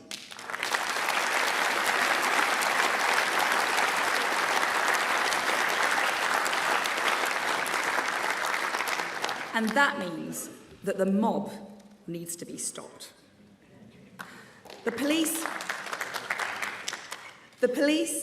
must have all the powers that they need to stop the protesters who use guerrilla tactics and bring chaos and misery to the law-abiding majority.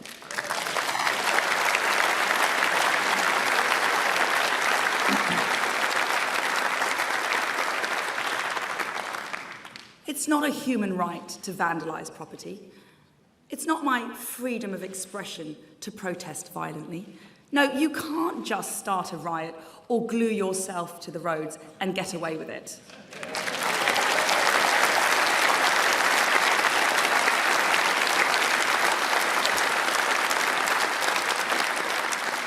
Yes, friends, as Attorney General, I had to go to court to get some of these simple truths established.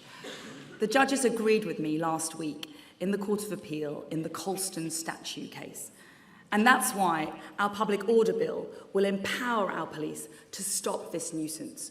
So whether you're Just Stop Oil or Insulate Britain or Extinction Rebellion, you cross a line when you break the law, and that's why we'll keep putting you behind bars.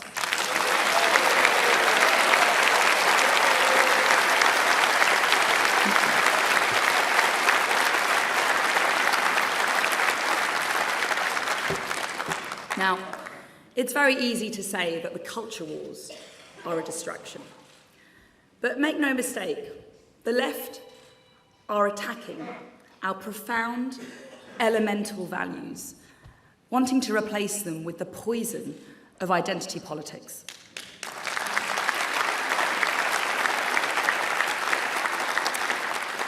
And when this poison seeps into the public sphere, it distracts our public servants from doing their real job. That philosophy dominates the Labour Party, whatever Sir Keir Starmer pretends. And that's why it's not only wrong for the police to take the knee, it is wrong for them to join in with political demonstrations, it is wrong for biologically male police officers to strip search female suspects. And it's not just that pandering to identity politics is a huge waste of time. They need to stick to catching the bad guys.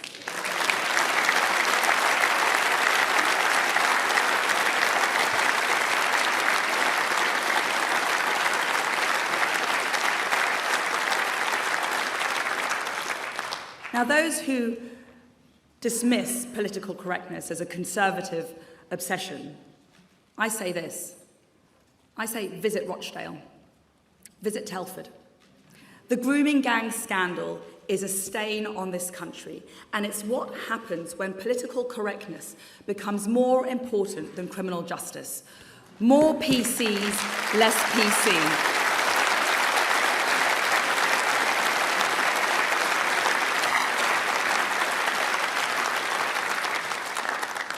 Now, my other mission is to control our borders.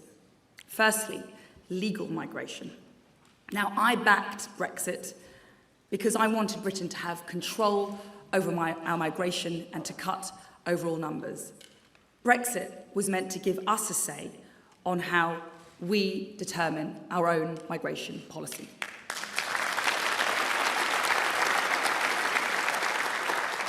We should use our newfound control to deliver the kind of migration that grows our economy.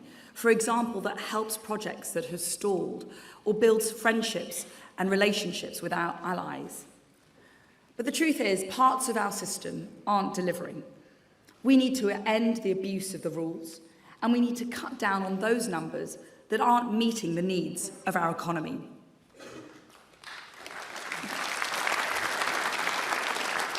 And we mustn't forget how to do things for ourselves.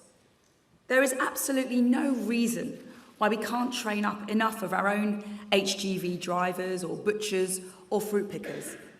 The way we build a high-skilled, high-wage economy is by encouraging business to invest in capital and domestic labour, not relying wholly on low-skilled foreign workers.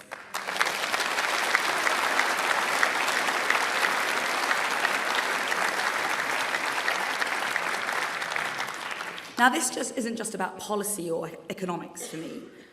It's intensely personal. My parents came to this country in the 1960s from Kenya and Mauritius. They loved Britain from afar as children of the Commonwealth. It was Britain that offered them security and opportunity as young adults. I'm not embarrassed to say that I love Britain.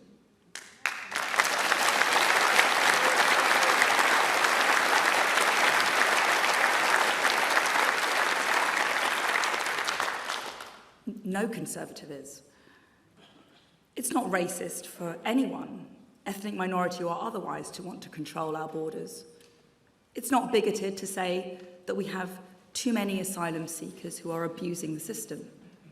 It's not xenophobic to say that mass and rapid migration places pressure on housing, public services, and community relations. I reject the left's argument that it is hypocritical for someone from an ethnic minority to tell these truths.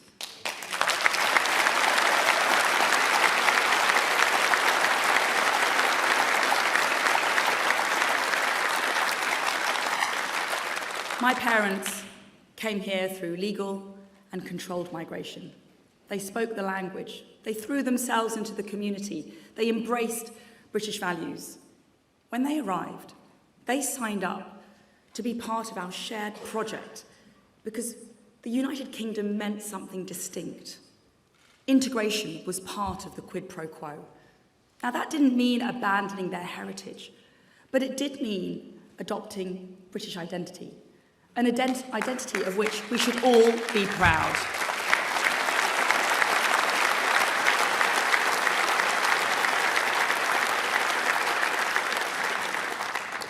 This is the best place on earth to come and live in, but I fear that we are losing sight of the core values and the culture that made it so. The unexamined drive towards multiculturalism as an end in itself, combined with the corrosive aspects of identity politics, has led us astray.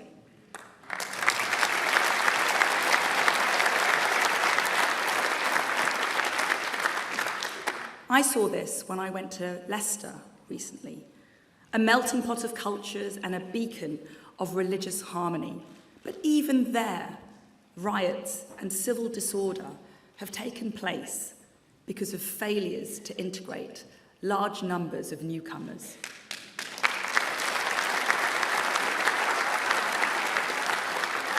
Such conflict has no place in the UK.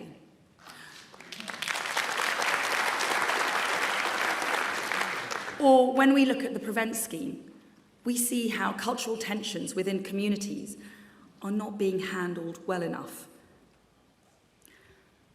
The murderer of our much missed dear friend, Sir David Amess, had been referred to Prevent, but it couldn't stop him. We cannot, as a people, be cowed into fear by vocal minorities who attempt to undermine our common sense instincts. And as Home Secretary, I will make sure that Prevent is fit for purpose. The law-abiding majority deserve nothing less.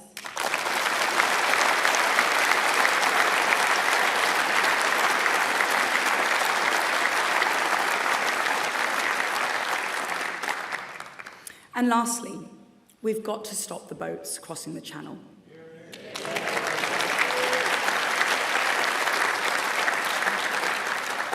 This has gone on for far too long.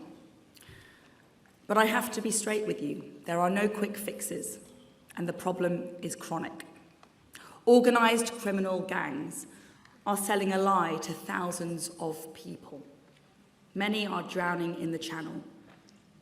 Many are leaving a safe country like France and abusing our asylum system. So what's our plan?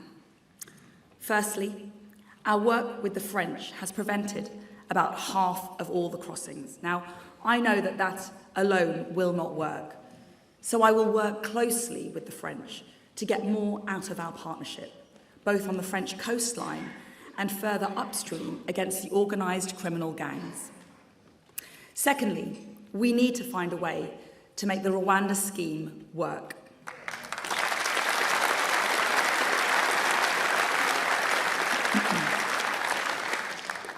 Thirdly, we need to do more to get asylum seekers out of hotels, currently costing the British taxpayer £5 million a day.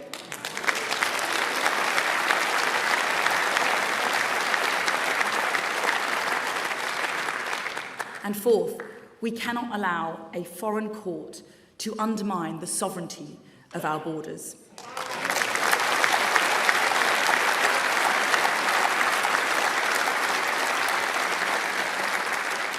For a few months ago, the European Court of Human Rights in Strasbourg did just that.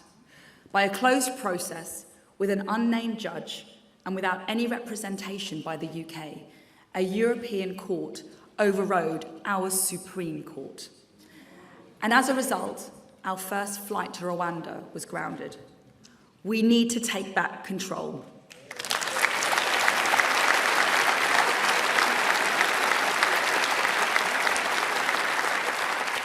But friends, I need to be honest with you. The Strasbourg Court is not the only problem. Now, everyone agrees that we must fight the evil of modern slavery. I'm immensely proud of this country's global leadership in protecting genuine victims. But the hard truth is that our modern slavery laws are being abused by people gaming the system. We've seen a 450% increase in modern slavery claims since 2014. Today, the largest group of small boats migrants are from Albania, a safe country.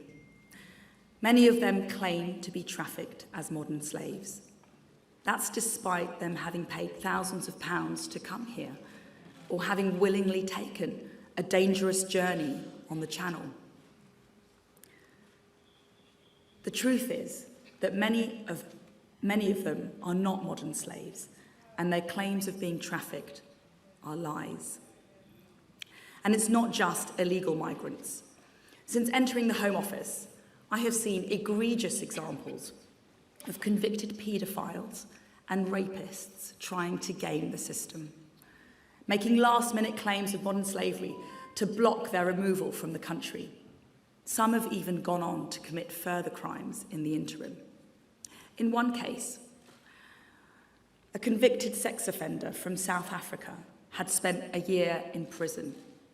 He was about to be deported from the United Kingdom, and lo and behold, he made a claim of modern slavery.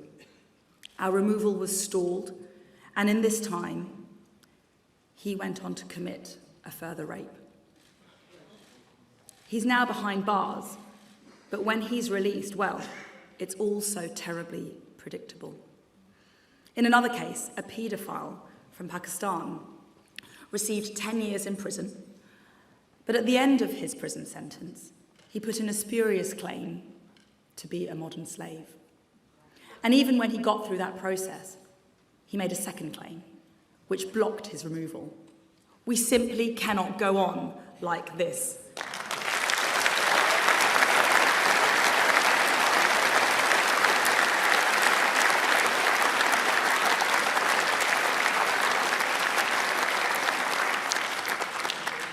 We need to make sure that our system strikes the right balance. Our laws need to be resilient against abuse, whilst at the same time ensuring that we help those in genuine need.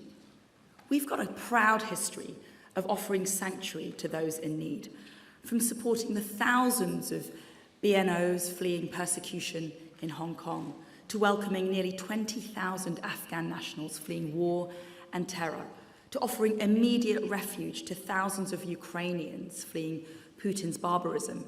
The UK and this Conservative government has always been there to hold out the hand of hope to those who need it most.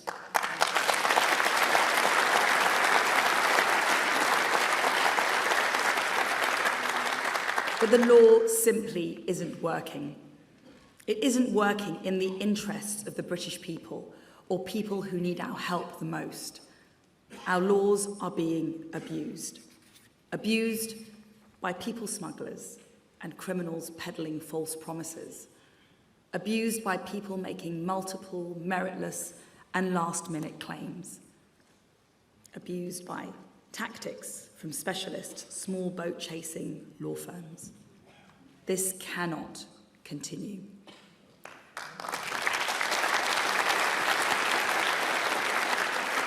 So, Conference, I will commit to you today that I will look to bring forward legislation to make it clear that the only route to the United Kingdom is through a safe and legal route.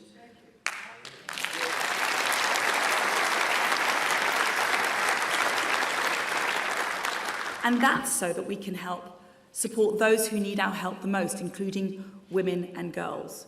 So if you deliberately enter the United Kingdom illegally from a safe country, you should be swiftly returned to your home country or relocated to Rwanda.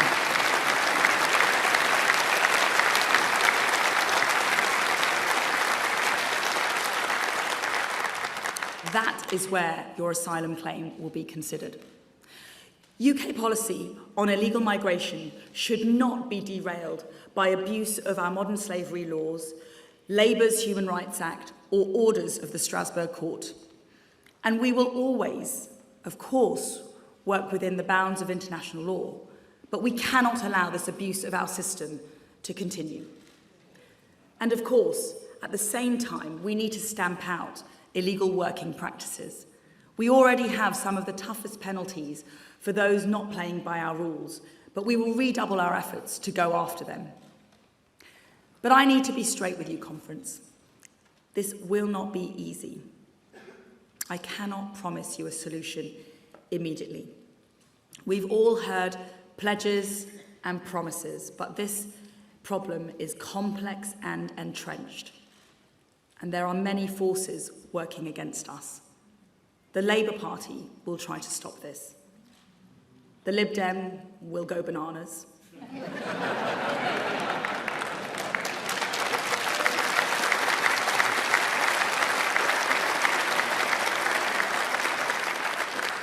The Guardian will have a meltdown. As for the lawyers, don't get me started on the lawyers. And I'm a recovering lawyer. But what I can pledge to you is my total and undeniable and unfettered and unconditional commitment to doing whatever it takes. And despite those obstacles, I won't give up on you, and I won't give up on the British people.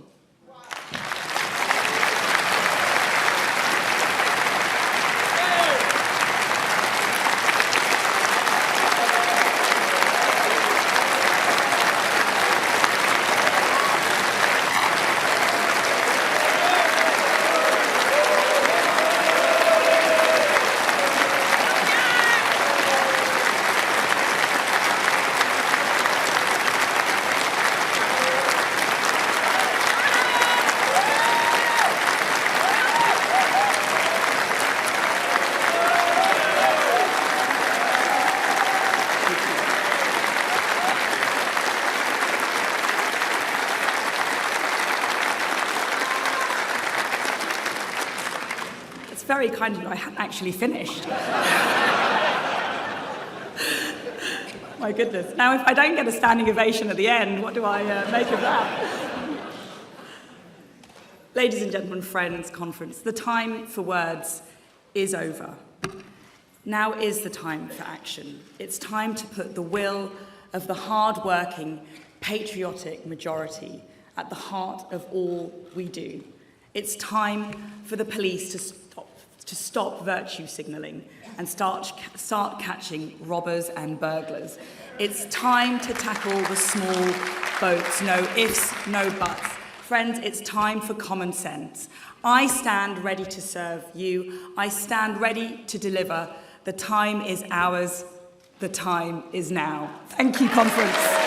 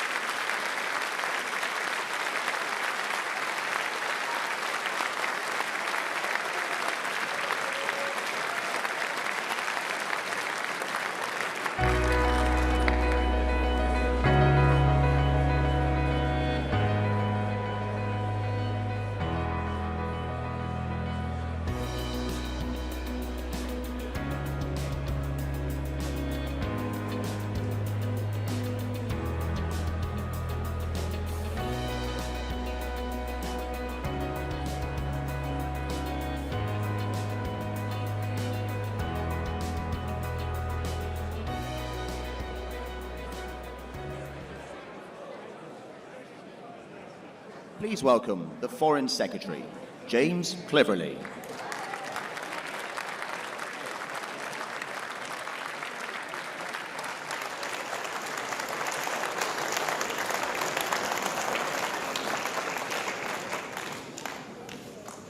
Thank you, thank you. A little bit of reshuffling going on there. Cool. Oh, look, thank you, conference. It's great to be back together. Great to be back as a party, as a family. And I want to say a big thank you to Jake Berry, our chairman, because organising a conference is a mammoth undertaking.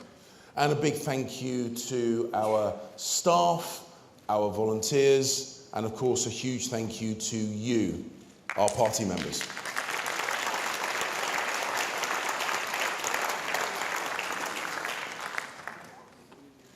I loved being party chairman. I really did. I got a chance to work with you all. I got a chance to work with Ben, my co-chairman, and I got to work alongside Boris. And if I remember rightly, we did okay, didn't we?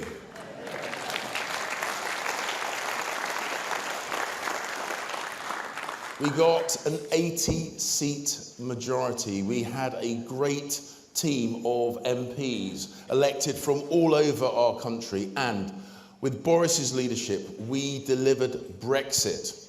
He got us through COVID. And of course, he led the world in our support for Ukraine.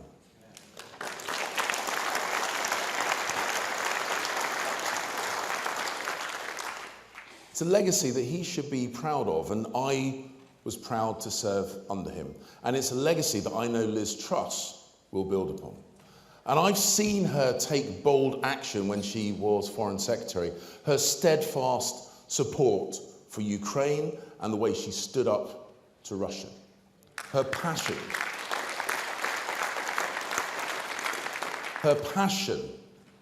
for the defence of our union and her determination to promote democracy and freedom around the world. And as Prime Minister, she is being bold now, helping with energy bills, ensuring that you can see a doctor promptly, reducing the taxes paid by ordinary, hard-working people across the country. I backed her from the start, and I know that I made the right choice.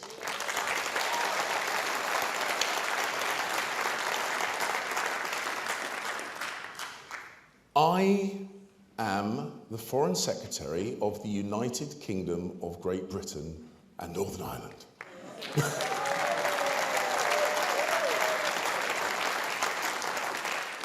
I have to confess, it still sounds a little strange coming out of my mouth, but it is an honour, a genuine honour, to be the face and voice of our country overseas. Okay, yeah, why not?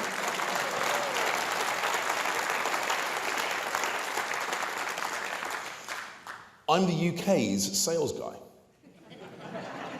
And I like to think I'm pretty good at sales. I mean, I hope so. For most of my adult life, that's what paid the bills. But I know that however good a salesperson I aspire to be, the greatest salesperson the UK ever had was Her late Majesty, Queen Elizabeth.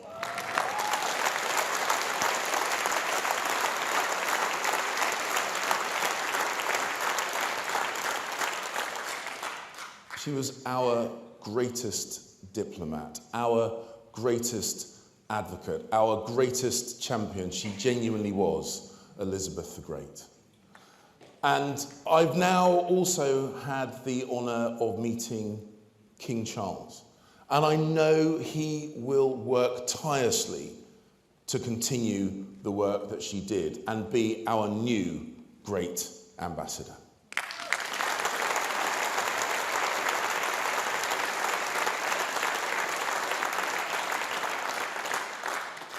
During the funeral week of Her late Majesty, I was reminded of the standing that our country has in the world.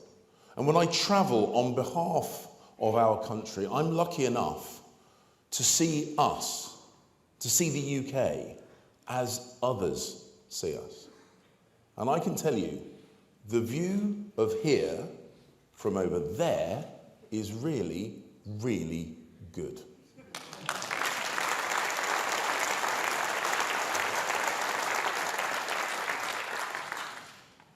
It's not a terribly fashionable thing to be proud of your country, but I am, so sue me.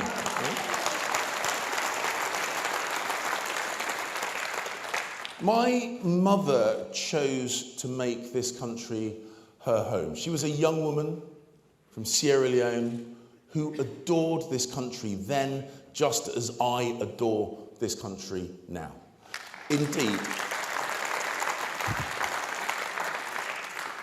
Indeed, I am from immigrant stock on both sides of my family. As I say, my mother came here from Sierra Leone in 1966, and my dad's family came here from Normandy in 1066.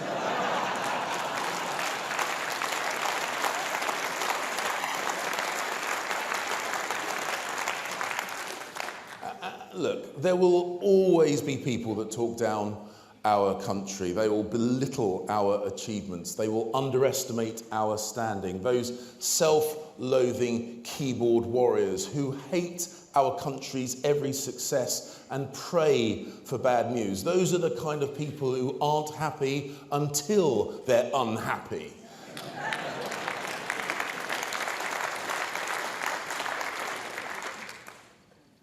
They're the kind of people who want to stand on the sidelines, never contributing, only moaning and bleating. But that isn't us. That isn't this party. That isn't this government. That isn't this country.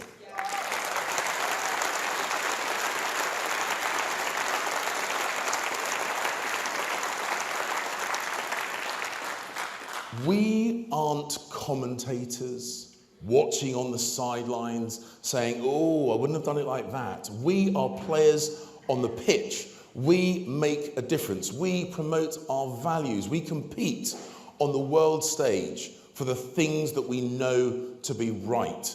We believe in freedom. We believe in the rule of law. And we believe that an aggressor cannot invade its neighbour with impunity.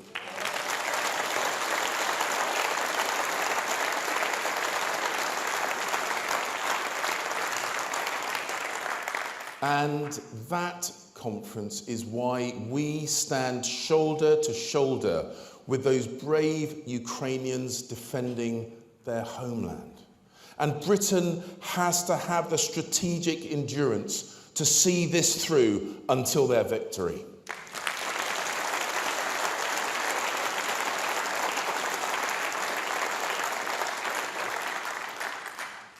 Back in February this year, at the United Nations, I said that if Putin was foolish enough to attempt to invade Ukraine, the Ukrainians would defend their country ferociously. And they have done just that. Their bravery and passion have been amplified by the arms and the training that the UK has supplied. And we will support them until this war is won. We will support them until their territorial integrity is restored. And we will support them until the last Russian tank is dragged away by the last Ukrainian tractor.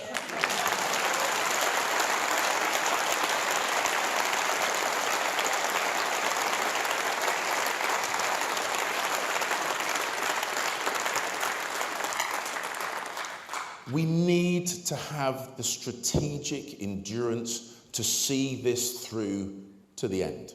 Because if we don't, we send a message to every potential aggressor that our resolve is fragile. And we cannot, we must not, we will not send that message out into the world. And if you are listening to this speech, Mr. Putin, or Mr. Lavrov, let me be clear. We will never recognize the annexation of Luhansk, or Donetsk, or Kherson, or Zaporizhia, or Crimea.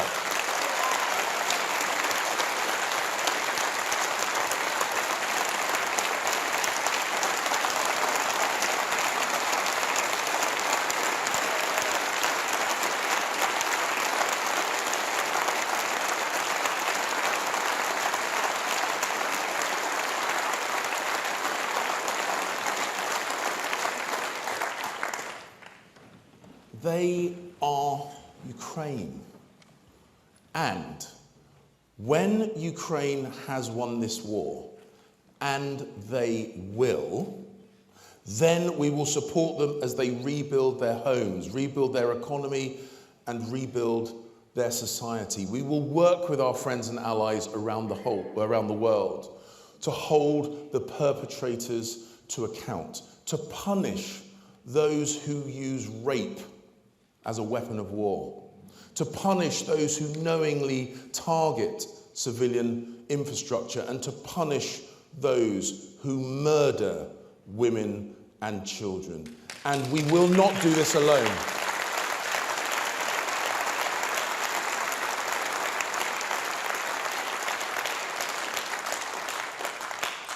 We are a member of many international groups, the Commonwealth, NATO, the UN Security Council, AUKUS, the G7, the G20. And I intend to build more alliances, more friendships, more partnerships around the globe. That's why we have ambassadors and high commissioners and diplomats in hundreds of locations. It's why I and my fantastic team of ministers travel the world. Trust me, it isn't to pick up those giant Toblerones.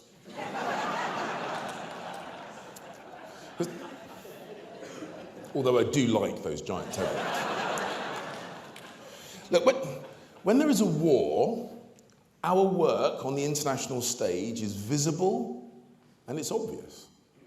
Building coalitions of condemnation at the United Nations, for example. Coordinating sanctions against those who facilitate the war. Working to ensure that the exports of food and fertiliser from those Black Sea ports can continue. But much of what the FCDO does is less visible, but no less important. I've just returned from a series of meetings in East and Southeast Asia. I paid my respects at the funeral of Japan's former Prime Minister Shinzo Abe. Then I went to the Republic of Korea and then to Singapore. In each country, I met with senior ministers. I met with members of the international business community. I set out the detail of the UK's Indo-Pacific tilt. The Indo-Pacific is a part of the world which is growing fast. And through trade agreements, cooperation agreements, and our ASEAN dialogue partner status, we are shrinking the distance between us. I spoke about the opportunities that are available to us all. And of course, I spoke about the role that China plays in the region and around the globe. I made our position clear that China could and should take a different path, that it should adhere to the rules and norms of the international community, and it should stop persecuting its people at home, and it should stop sanctioning my friends and colleagues in the UK Parliament.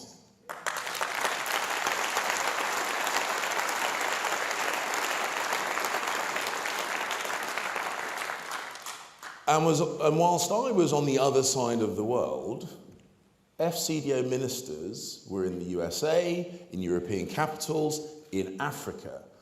And a number of my ministers are overseas as I speak. Because we have to invest in our international partnerships.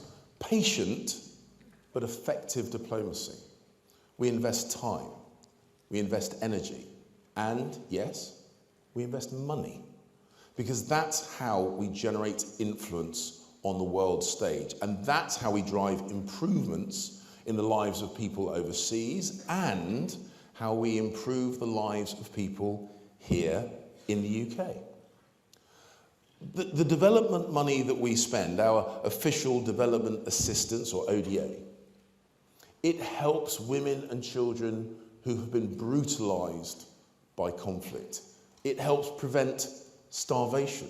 We use our expertise in financial services through the British investment partnerships to amplify the money that we provide, to part fund green energy projects, for example, or to increase trade, or to stimulate economic growth in some of the least developed countries in the world. We don't just stand idly by and watch problems happen. We step in to improve things. We're not passive, but we're active. It's the right thing to do. It helps people that need our help, but it also helps people here at home in the UK. Why? Because safe, secure, and prosperous countries don't generate refugees or hundreds of thousands of migrants. Safe, secure, and prosperous countries don't export terrorism. Safe, secure, and prosperous countries are good trade partners for us. So obviously, we want to see more safe, secure, and prosperous countries. That is the active role our ODA, our Official Development Assistance, plays. But just because we look to build prosperity in distant places, we mustn't forget the need to build prosperity closer to home. A good diplomatic and economic relationship with the EU and its member states is good for all of us. And we've worked closely on our sanctions packages against Russia and those Russians that have enabled the war in Ukraine. And I want to see more cooperation across the Channel and across the Irish Sea. And addressing the current problems with the Northern Ireland Protocol is key to doing that. And I want to ensure that we restore the integrity of the UK internal market. I want to protect north-south trade, but I also want to restore the balance of the Belfast Good Friday Agreement, which has been disrupted by the protocol. I want to see all the communities in Northern Ireland represented again at the Stormont Executive, so that devolved government can be properly re-established. And I will work hard to get that done. Last week, I spoke to the EU's lead negotiator, Vice President Maros Sefcovic, and we agreed on our desire to reach a solution that works for all parts of the UK, especially the people of Northern Ireland. So we have the Northern Ireland Protocol Bill working its way through Parliament, and in the meantime, we continue to pursue a negotiated settlement which respects the constitutional integrity of the United Kingdom and our single market, and supports the institutions of the Belfast Good Friday Agreement.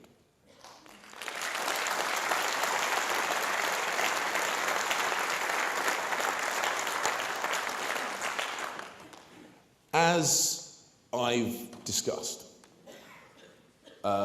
my fantastic team of ministers, Vicky Ford, Jessie Norman, Leo Doherty, Zach Goldsmith, Tariq Ahmed, Gillian Keegan, well, we've got plenty to keep us busy. But it is a job worth doing. Promoting global Britain on the world stage. And I know that I speak on behalf of all the ministers and all the diplomats and all the civil servants in the FCDO when I say it is an honour to represent the United Kingdom of Great Britain and Northern Ireland on the world stage, because this is a great country I am proud of, a country I love. Thank you.